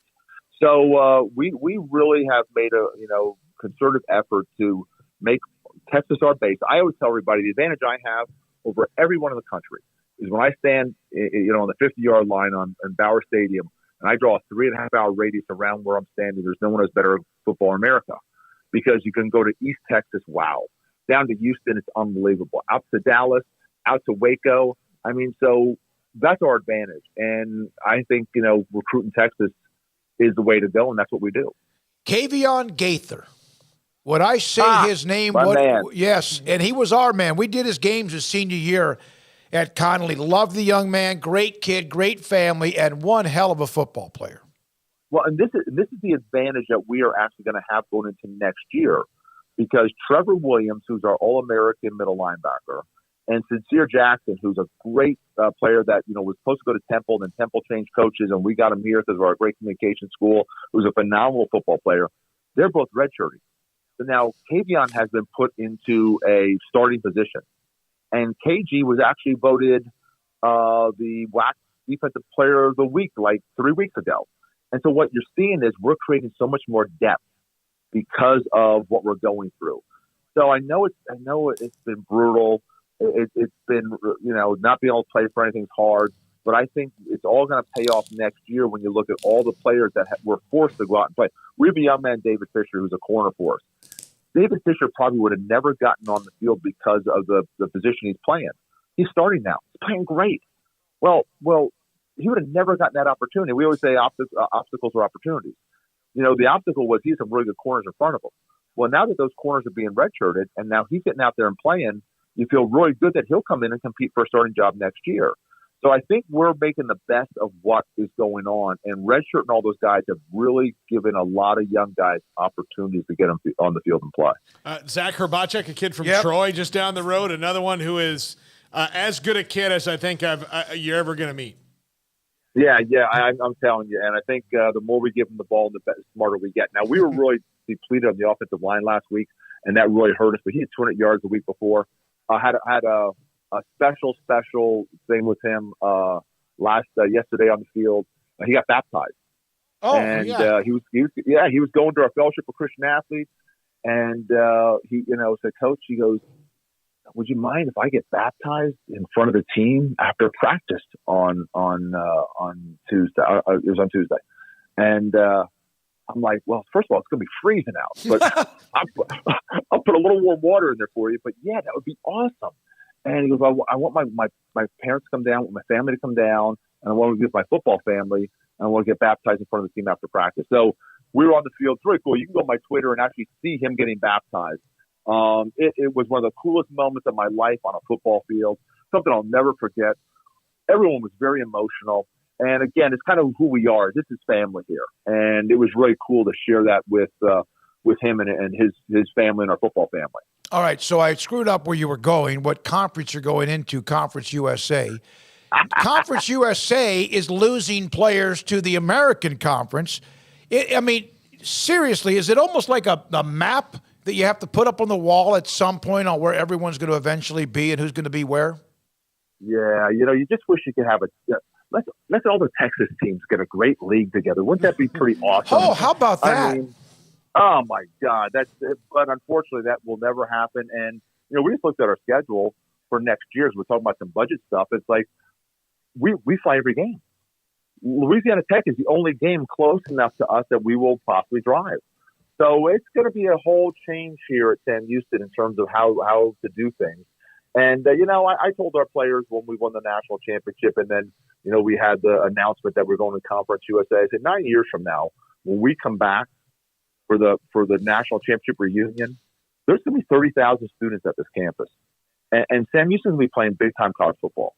And it's going to be on the shoulders at what we did. And that's going to be pretty cool. I know now we're going through some tough things we got to go through, but really, when you think about it, it's really cool to be part of this legacy that we've built here. So, yeah, Conference USA, it is all over the map, that's for sure.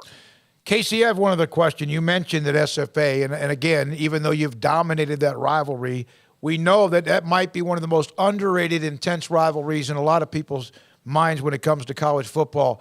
You're moving to a different conference. They're in the Western Athletic Conference. Is there any chance that rivalry will be renewed at all? No, unless they go FBS, it doesn't make any sense for us to have a rivalry game with a opponent that's a step below us in terms of scholarships and those kind of things. I think it'd be bad business on our part.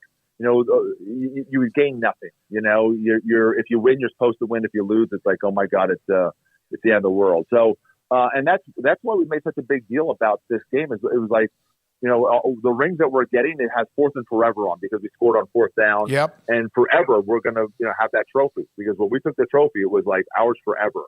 So, it's a shame because it is one of the great rivalries ever. I mean, the intensity on that sideline, I can't even explain it. I always tell the story when I came off the very first time, I grabbed Bobby Williams, our athletic director, was like, you didn't warn me. What do you mean? I said, this thing is freaking crazy. Yeah. Because I told you it was crazy. I said, no, not as crazy as it really is. Yeah. And like what our alums do, our alums come down on the sideline prior to the game. And so when you're in the locker room, you can hear our alums coming down. And they form a tunnel for the players to come out. And they're crying, and they just want one more snap on that field. And like when you go through that tunnel, you realize, you know what? You're representing every single one of those guys who played before you. It's pretty cool. Yeah, it's very cool. And I know we've had you longer than we asked, and we appreciate that. And good luck with all the transition. The opening game you played was against Texas A&M. And, of course, at the time, they were ranked in the top 10 and all the expectations. I'm not asking you to talk about what they've been through, but did you ever expect when you played them the season opener that they would be through the season they're having now? We did not think they were as good as, advertised. Like people had, yeah. And I don't want to be a jerk here, but we said, boy, if we had a national championship team, we'd have loved to play them. I think that would have been a great game because they just weren't as dominant up front and they weren't as twitchy. It should be a 10-0 ball game, or maybe even a 10-3 or 10-7 game. At the end of the half, they missed a block in the back, which should have negated a touchdown. And we missed a field goal, and we fumbled going in. So it's like we felt that we should have been right there, and we should be right there with A&M. Not with us redshirting players and 53 scholarships and all that kind of stuff. We should not be right there with A&M. So, and I had played LSU, I guess, in 2014 or whatever it was, and I remember what LSU looked like, and LSU looked much different than A&M did. I mean, in terms of how they played, I mean, that was a long day. That was a long day playing at LSU. So, yeah. I was not surprised if they struggled a little bit. Now, the thing you have to give Jimbo a little patience here is that they have a lot of inexperienced players. They're playing a lot of young kids, and people forget how important that or how much youth can really hurt you, and how important it is to have veteran guys. And when things go against you, the veteran team I had. I mean, we were down 3 touchdowns against James Madison. We came back and beat them. Because when you have a veteran team and they've gone through a lot, you can go through those experiences. They have so many young players playing for them. And he hasn't got that culture there yet where they understand that, hey, it doesn't matter what the score is. We're going to keep on playing to the very end. So, I'm a huge Jimbo Fisher fan. I really am. I think that, he has done a great job in all his past experiences. I'm sure that, he'll get that thing right.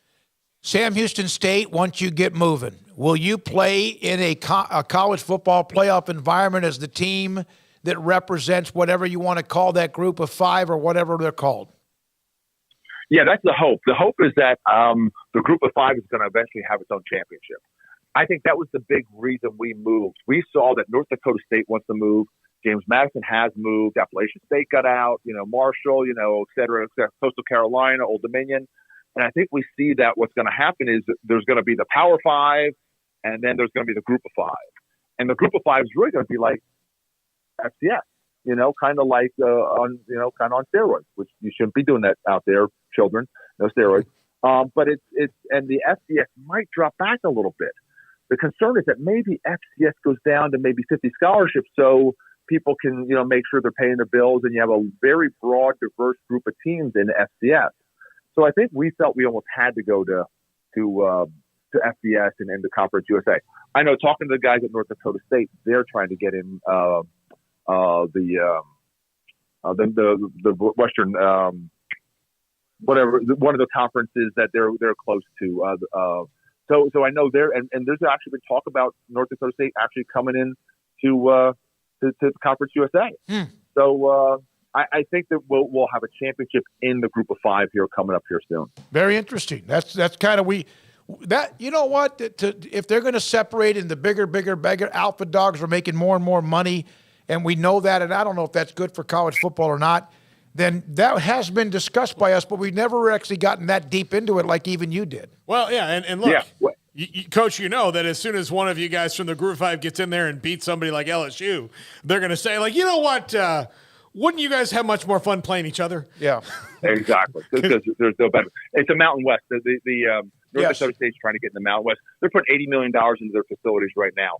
So you see all the best of the best. And they think about the last decade, North Dakota State, James Madison, and Sam Houston are the ones who won national championships. 2 of us have left, and the 3rd is looking to leave. So I think that's I think the move we made. We know it's going to be painful in terms of. We're a long way from having facilities that we need to have and recruiting budgets and all those kind of things. But we felt it's what we had to do. And so there's going to be some growing pains. But again, because of my location, I think I can do it here at Sam Houston. Casey, good stuff. Good stuff. Thank you very much. Casey Keeler, head coach at Sam Houston State. Lots of background on their record. Abilene Christian leads that conference right now. History on the SFA rivalry, which has gone on forever, which is as very intense as you could imagine. And then it's a great story of what Sam Houston State has become and what they're going to try to do and where they're going. Yeah, it was great. And, he's a guy who's won a bunch. And it's going to look Sam Houston, like just as far as winning the Conference USA title, their 3 non-conference games, he said, was BYU, Houston, and Air Force. So that's not going to be easy. No. Year 1. And look, their conference people they're playing have all been doing this for a little bit longer, except for maybe Jack State than they have. But look, that's a league that it's going to be Liberty, Western Kentucky, Middle Tennessee, Jacksonville State, Florida International, La Tech, them, UTEP, and New Mexico State. If they can get the kind of recruits that they get translated a level up, right? Mm-hmm. So right now, Sam Houston, there's a reason that teams, started calling them up and saying, hey, would you like to come and play at Kentucky and all the places he said, because they get good talent. They get the guys who are maybe not ready yet, haven't hit the growth spurt, or, didn't fit where they were and go down and play at that level. And then you find out they can play a level up, but they just weren't ready at the time.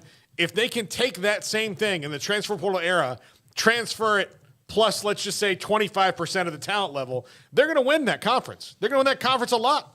There's no doubt in my mind. Right? Yeah, no, they're on their way up. And I got to tell you, an MSFA guy, it was like this forever and ever and ever. And then it was just like this. And you got to give them credit. They had a vision. They still have more of a vision. And Colby Carthel, SFA coach, will have him on after they play Abilene Christian this week. Abilene Christian is the one that beat Sam Houston State. And I did not get that. Casey Keeler was talking about the red shirts and players and injuries. That doesn't take anything away from Abilene Christian and what they've done. And we're going to have Coach Patterson. He'll join us from Abilene Christian at some point, as well as we try to get some other levels of college football and spotlight them when we possibly can. When we come back, we're going to hear from John Machota, theathletic.com. He covers the Cowboys and the NFL. PettyClinicLowT.com. As you get older, Father Time, a lot of things change. One of the things that can change, and one out of every 3 men deal with this, the symptoms of this, is low testosterone. The part about low testosterone that probably gets the most attention because of all the TV commercials, and you see barrage of them, TV, radio, barrage of them, is the fact that you might have issues with ED. You might lose your sex drive. That's what gets all the attention. But low testosterone can also affect your sleeping habits. It also can affect your mood. It can affect, by the way, your energy, and you just feel like you're lethargic. And I say this every time. Listen, there's a lot of other things you could do to help with your energy, including a better diet or exercise. But there's also some things, no matter what. Father Time, testosterone levels drop. Dr. Kent Petty, contact them, pettycliniclowt.com. Email, phone number, top left-hand corner. Tell them I sent you. They take care of your blood work. They will set up the appointment. They will contact you. They'll take care of it. And then Dr. Petty will look at the results. And if your testosterone level is too low, no matter if you have one or multiple symptoms, they'll contact you to put you in a program and give you that option to increase your testosterone levels and help you become the high-performance man you want to be, used to be, need to be at pettycliniclowt.com. Hi, I'm Mark Stewart with Bird Colgin Ford. It's that time of year. It's football season. And BK Ford is a proud supporter of the best high school football teams in Texas, right here in Central Texas. BK Ford is proud to sell the #1 truck in Texas, the F-Series truck, led by our leading rusher, the F-150, 45 years in a row. Lock in your best price and rate today by custom ordering your new F-150 at BK Ford. Simple, easy, trusted.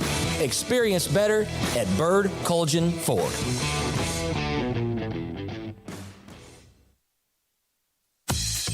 Baylor Scott and White Southwest Sports Medicine and Orthopedics, the team physicians for Baylor Athletics, diagnosing and treating all sports-related injuries, including concussions. These specialists also provide orthopedic services for athletes and non-athletes alike, whether it's knee or shoulder pain, hand or wrist injuries, orthopedic spine care, and even an arthritis and total joint clinic. Trust the doctors Baylor Athletics trusts. Baylor Scott and White Southwest Sports Medicine and Orthopedics wants to get you back in the game. With so many companies and policies out there, it gets so confusing shopping for insurance, and I never know if I'm getting the policy that's right for me. Luckily, I met the team at the Niche Group Insurance Agency. With the Niche Group, you can go to one company and get access to coverage options from many insurance carriers, and you get to speak to a real person about your specific coverage needs. With the Niche Group, I know I'm getting the right coverage at the right price. If you need insurance, talk to the experts at the Niche Group at 1-800-258-8302. too. In the market for a quality metal building? Since 1943, Pioneer Steel and Pipe has helped Central Texas residential and commercial customers with metal building design, panel options, building components, and trim options. Pioneer Steel and Pipe's residential line is energy efficient, offers low maintenance, reduces insurance payments, is impact resistant, and carries up to a 45-year limited warranty. In addition, they can also help you find a metal building contractor for your project. Pioneer Steel and Pipe with locations in Waco and Bryan and at pioneersboys.com. One size fits all. That may be all right for an adjustable belt or cheap sunglasses, but when it comes to your financial needs, no one wants a one-size-fits-all strategy. Ben Erlinson, your Edward Jones financial advisor, knows that his most important goals are yours. That's why he takes the time to understand your needs, knowing you. That's how Edward Jones makes sense of investing. Ben Erlinson, 100 North 6th Street in Waco, 254-759-8533. Edward Jones, member SIPC. Howdy, Chet Garner here, professional guide, searching for bears in the wild. But not just any bears, oh no, a particular kind. With hundreds of thousands roaming freely in the wild, yet still hard to spot unless you know the signs. There they are, Baylor bears. If you're a bear enthusiast or even a bear yourself, join me and let's find some bears in the wild. Join the expedition at baylor.edu/alumni.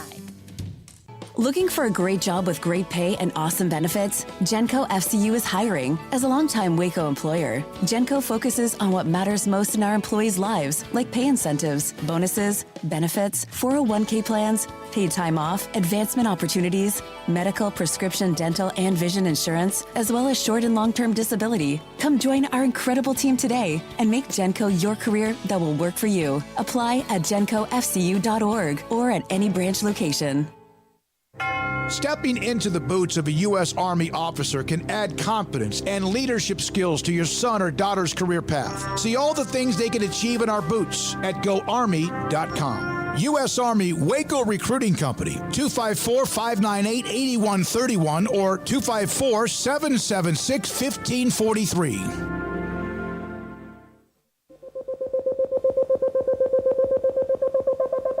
Welcome back to Sikkim 365 Radio. It's time for our weekly segment with John Machota of The Athletic, brought to you by Pioneer Steel and Pipe, where customer service is their main focus, and best in metal, steel, and pipe for large or small projects, with 2 locations in Waco and Bryan. Family owned and operated since 1943. We have discussed the college football rankings right off the top of the show and in and out of that, thanks to coaches we've had on. Sonny Dykes, the head coach of unbeaten TCU. Casey Keeler, great stuff with him as well from Sam Houston State. And also looking at the tragedy at Virginia with David Teal, the Richmond Times-Dispatch. Paul's top 5 in just a few minutes. John Machota, theathletic.com, covers the Cowboys coming off the loss to Green Bay. And Minnesota at 8-1, and they have been able to win a couple of games by the hair of their chinny chin chin. John, thanks for your time. Are the Vikings as good as their record indicates? I think they are. I mean, I'll be honest with you. I thought they should have been a lot better last year. You know, I mean, I go back to that game last year on Halloween where I think they might have been 3-3 or 3-4. I don't remember exactly what it was, but they were not as good as I thought they would be. And they go march down the field in that first possession against the Cowboys, and I'm just like, oh yeah, well, this team's loaded. They have all these offensive weapons. And then this season, they start out hot. They go at the trade deadline and add a tight end in TJ Hawkinson, who certainly upgrades their passing game. And I'm just looking at that team. I'm like, absolutely, they could be for real. I think the one thing, though, is with them, with Kirk Cousins, you've just seen him for a long period of time, that there's always a party that's like, is it going to be one of these games where, he just doesn't play well and they end up moving on from him? That's the thing.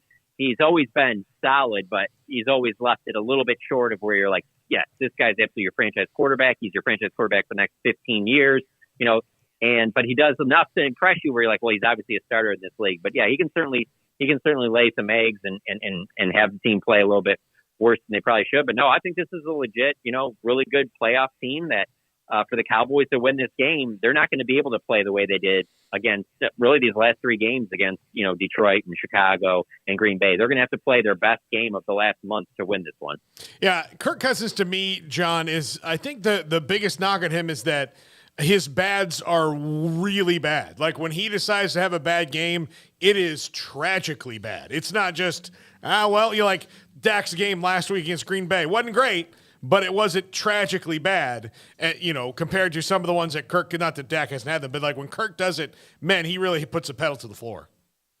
For sure. And there's a part of me that, I think he's good enough to give this Vikings team into the playoffs, and maybe they win a playoff game or two. I just have always wondered if he can avoid that game that you're talking about for 3-4 games in a row to get to the Super Bowl and to be able to win the Super Bowl. Like, he's good enough that he completely deserves to be a starting quarterback on a team in the NFL. This isn't one of these where, maybe you look at Washington with Tyler Heinicke and you're just like, I don't know, how many teams does that guy really start for? I mean, Kirk Cousins would start for over half the teams in the league. I'm not trying to knock the guy, but there are definitely times where it leaves you scratching your head to where you're like, man, he's got a ton of weapons. I don't understand how he's had this game or whatever, but the way they played last week and just the way that they played for most of this season, like I said, I don't think the Cowboys can get by with just some C+, B- effort. They're going to have an A effort, and they're going to have to be a lot better specifically against the run if they're going to win this game. Now, Dalvin Cook, Minnesota, they obviously have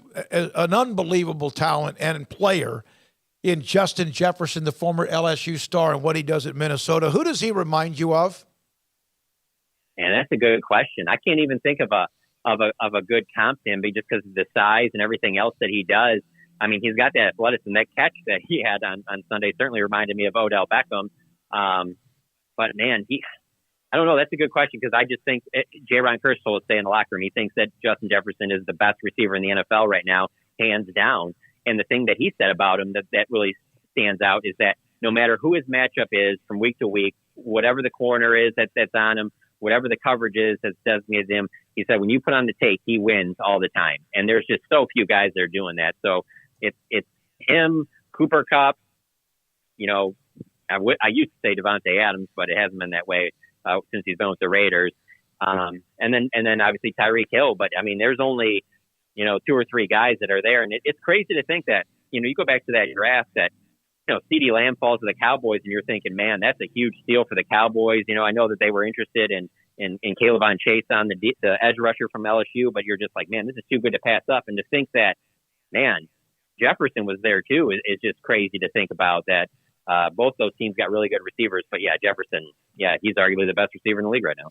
John, I know that very verbally on the Odell Beckham front, the Cowboys continue to be out there, and we'll see when and if that happens. I kind of tend to think that Jerry's not going to talk about something this much, and Odell Beckham Jr. is not going to have a star in his helmet, but he's not really, even though that's a need for them, the most pressing need. I know they traded for Jonathan Hankins. Is there a defensive tackle out there that they might go and get? I know, people could throw it in Ndamukong Suh, but we haven't heard about him. But is there somebody out there in a similar situation at that position they might try to throw in there to help this run defense? As of right now, I don't get the sense that they're going to do that. Dan Quinn continues to say he thinks that they got the guys to get it done. Here's the thing, like you go back to 2020 when their run defense was one of the worst in the league. I think they were the second worst in the league and arguably the worst run defense we've ever seen in Cowboys history. There was some times where you would watch the team and be like, I just don't know if they have the talent here. But with this Cowboys team, I think the talent is there at all 3 levels. I just don't think the communication's there. I think there's guys that are, getting out of the scheme and kind of, doing their own thing a little bit to try and make a big play instead of playing within the scheme.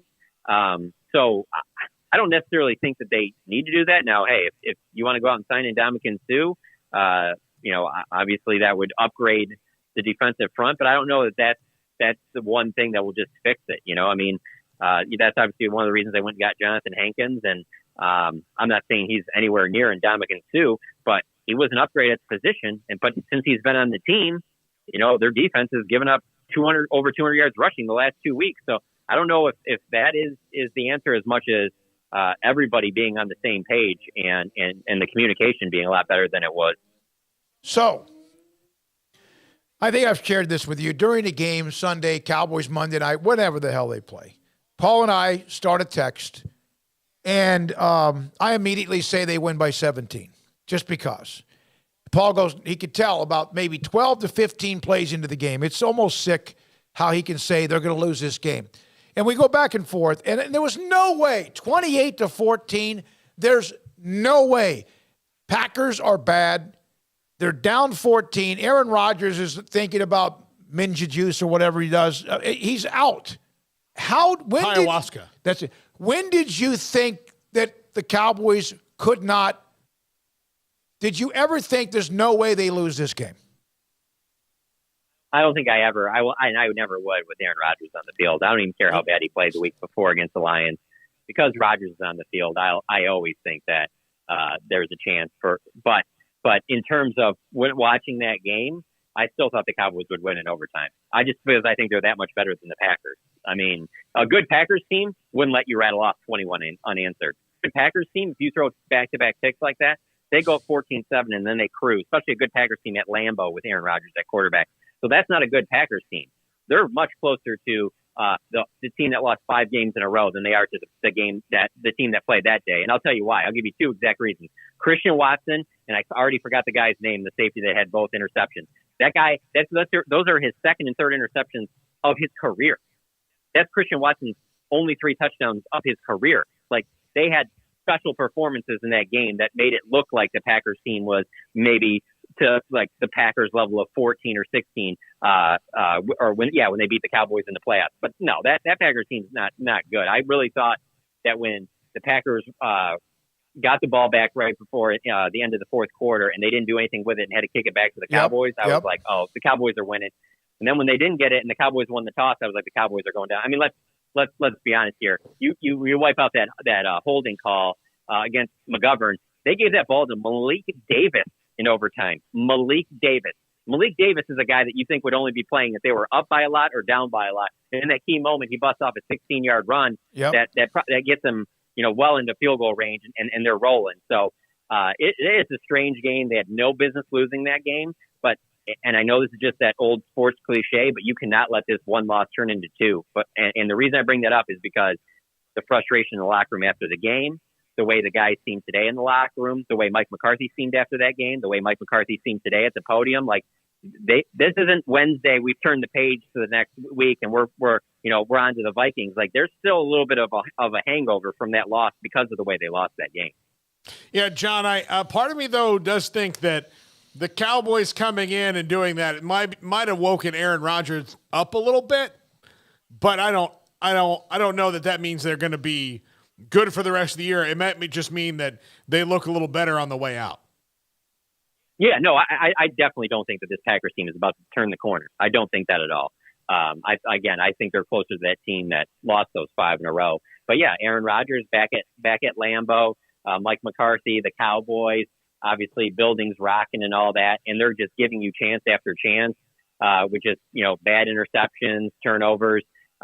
He's going to get a chance to gut you. He's going to gut you because he's still. I mean, this isn't like he was a 4-time MVP like 10 years ago, and these are his last year or 2 in the league. I mean, he's the 2-time defending MVP. That guy is still the elite of the elite, making throws that, let's be honest, I don't expect Kirk Cousins to make on Sunday, even though Kirk Cousins certainly has better weapons. But no, I mean, Aaron Rodgers is still Aaron Rodgers. Yeah, it was, and really even the throw in overtime to Lazard was kind of a little quick, like just you couldn't even see it, like a quick draw McGraw, the way he unleashed that pass to Lazard, and then of course the game's over. I did too, John. I thought when they got the ball back at the end of the game, they were very, very, very, very conservative, almost as if they were like, man, we're going to be able to get to overtime with them. When otherwise in the days of old, with other receivers, there's no question Rodgers and them put the pedal to the metal, the foot on the pedal, and probably get that game down to kick a game-winning field goal in regulation. Thank you for your time, as always, John Machota, theathletic.com, on the Cowboys. And we didn't get much into the NFL, but we did in a way with the Minnesota and Packers discussion. When we come back, Paul Catalina's Top 5.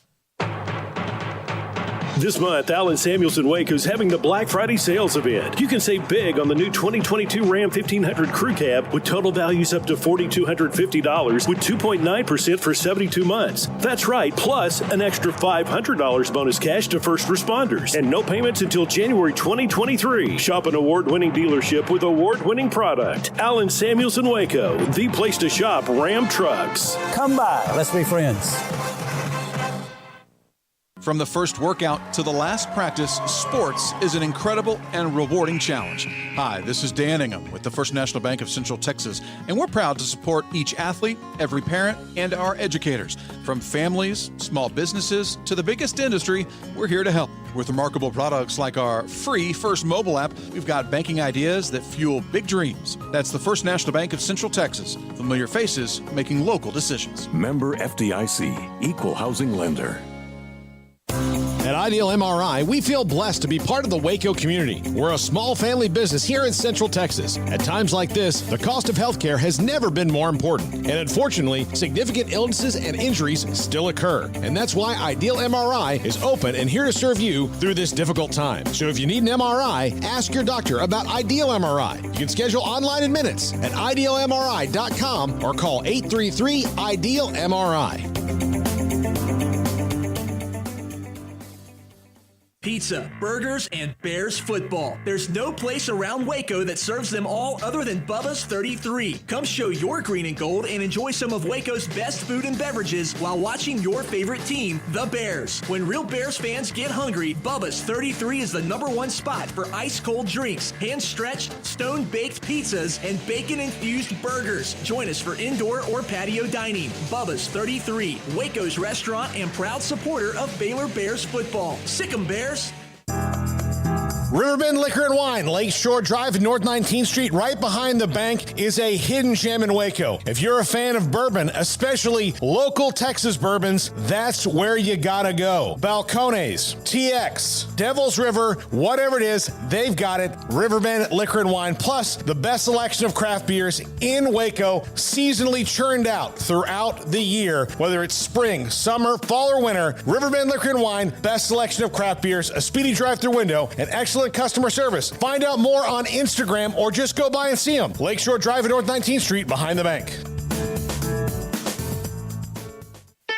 Don Humidor, your home with a 48-foot walk-in humidor with the elite cigar brands from around the world, including the #1 cigar of the year, Aging Room Cuatro Nicaragua. Plus, they have the great brands like Macanudo and Artur Fuente, Rocky Patel, Aston, and so much more. CBD, great for sore muscles, aches and pains, sleep, Vita Dreams, and anxiety, mild depression, general health and wellness. Their staff very knowledgeable on the subject. If anyone is curious about CBD, ask Carol and Ashley. Don Humidor in the Townwood Shopping Center off Valley Mills in Waco.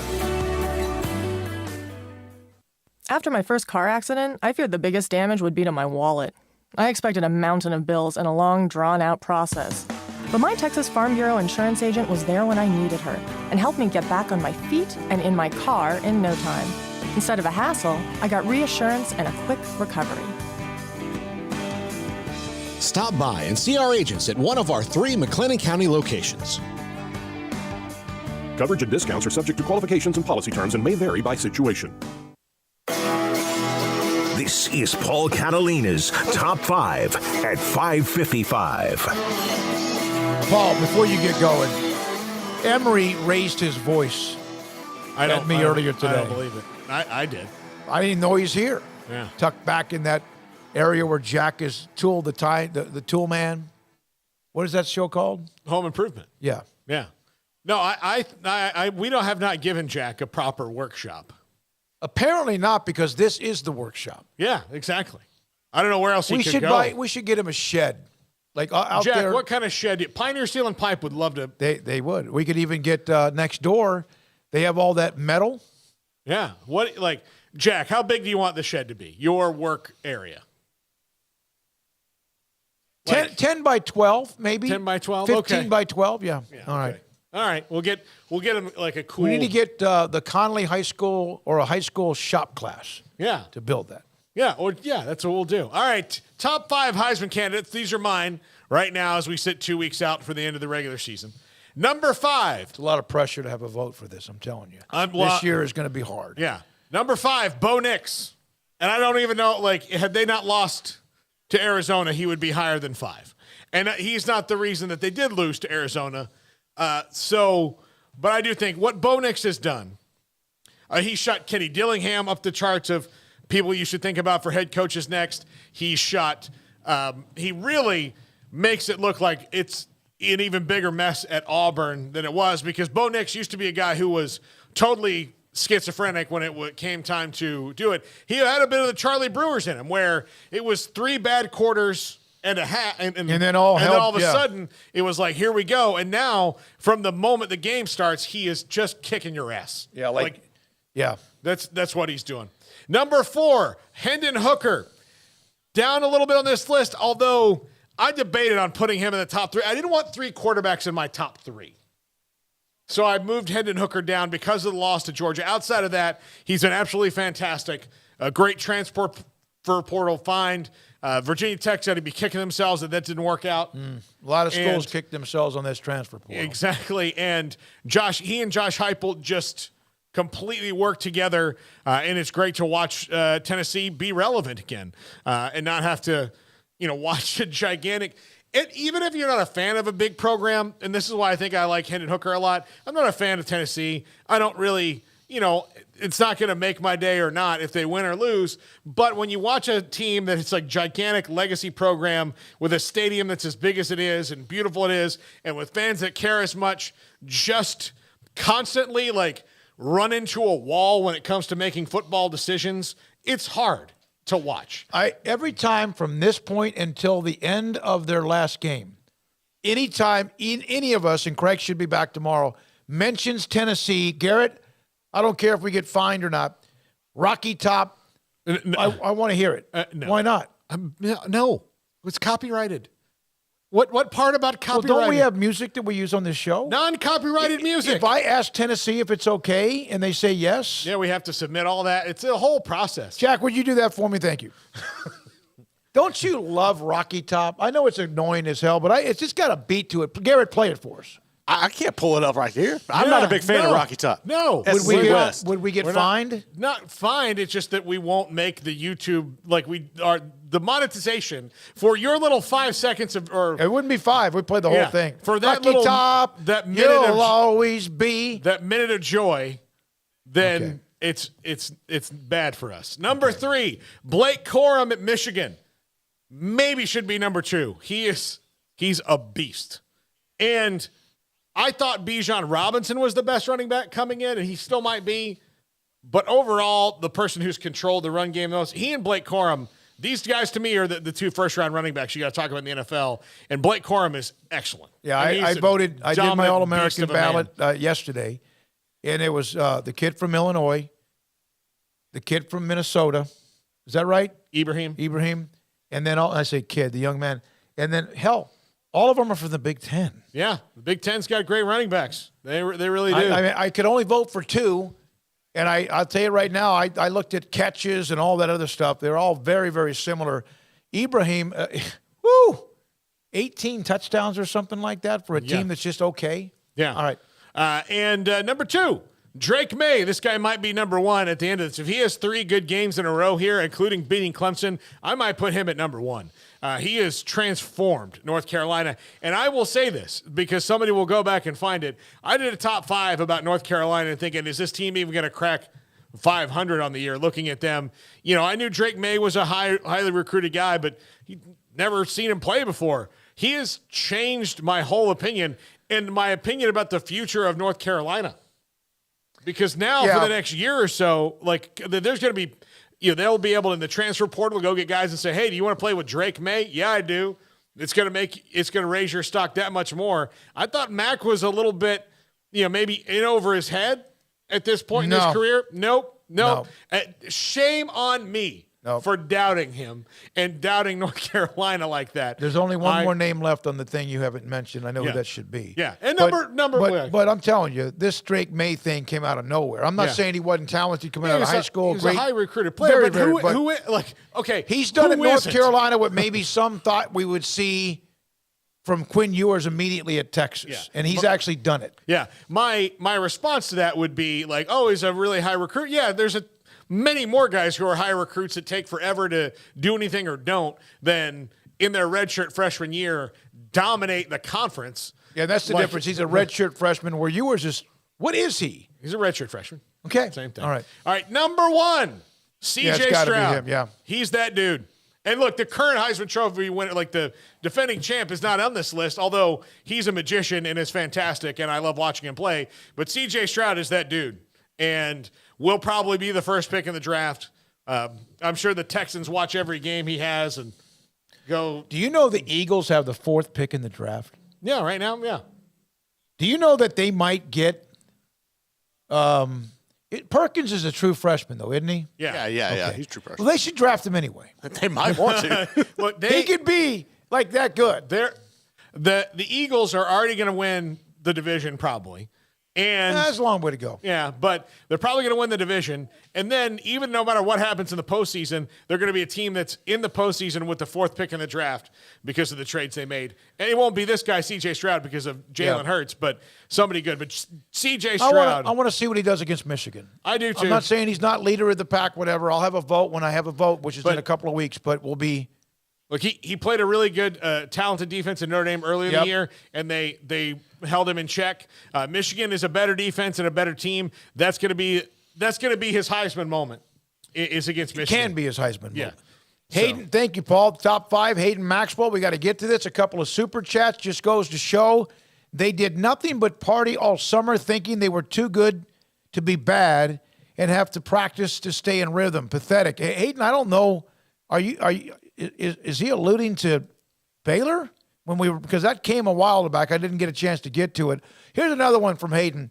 TCU's performance for basketball is inexcusable. The fact that you can barely keep up with the joke of a program and one of their top scorers out. We mentioned that they are out with a couple of guys. Not excusable. No, it's inexcusable. And believe me, Jamie Dixon looked like he had just lost his dog yesterday in that post game. There were a few of those. There's some of those. Louisville's 0-3, shocking. Hey, Roger Dodger tells me that Caleb Williams is better than all those players. This is not who's better. No, it's not. It's who's been better. And Caleb has had a couple of games that, compared to these guys, has dropped him out because I'm looking at every individual game. He's had a couple games that were not Heisman worthy. Now, look, if you told me that Caleb Williams is coming to my favorite college program as much as I love Jordan Travis right now, I'd be like, Jordan, thank you for all your hard work. He's that good. But this is the top 5. And 4 of them are quarterbacks, and I don't like that 4 of them are quarterbacks, but that's how it is. Yeah. Caleb Williams is still not out of the discussion. There are games to be played, and I vote. I have a vote, and I'm going to wait till the very last second, as many games as I could possibly see before I do. From Tanner Lacoste, he was all into Hayden, talking about Hayden spent $10 to say what Devil Frog had said 15 minutes ago. God, sometimes you guys go back and forth. Great stuff. A lot of you, thank you. Couldn't get to a lot of the chat the last hour or two because we were rolling with a bunch of interviews. I can't get to them all, but you know who you are. Paula Fleck McReynolds is a huge Sam Houston State fan. We don't talk anymore about it. She goes, David, calm down. You know the Cats are that good. Yes, I do, and it makes me sick to my stomach. No, it doesn't. Casey Keeler, I love that interview. It was great. Devil Frog SFA needs to catch up with Sam and make the jump to the FBS. They got to just make sure that and Colby Carthel stabilizes them, but the last 2 years they've lost to Sam Houston State has been devastating. Devastating. And including this year. All right, a lot of you, thank you. I know there's some more discussion about Matt Rule, Nebraska. Yesterday, there was a tweet from somebody who used to play at Nebraska, also in the media, said that Matt Rule was in Lincoln, when I can tell you right now by evidence, he was in Charlotte at the time. If that happens, that's great. If not, oh well. Paul Catalina, Jacob Wilson, Emery Winter, Jack McKenzie, Garrett Ross. I'm David Smoak. Thanks to all of you who watch and listen to us, our amazing sponsors.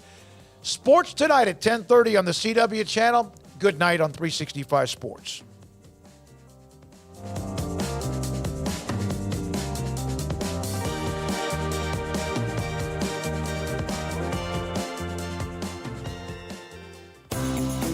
Ideal MRI is a small family business right here in Central Texas. We're open to support you while lowering the cost of healthcare bills.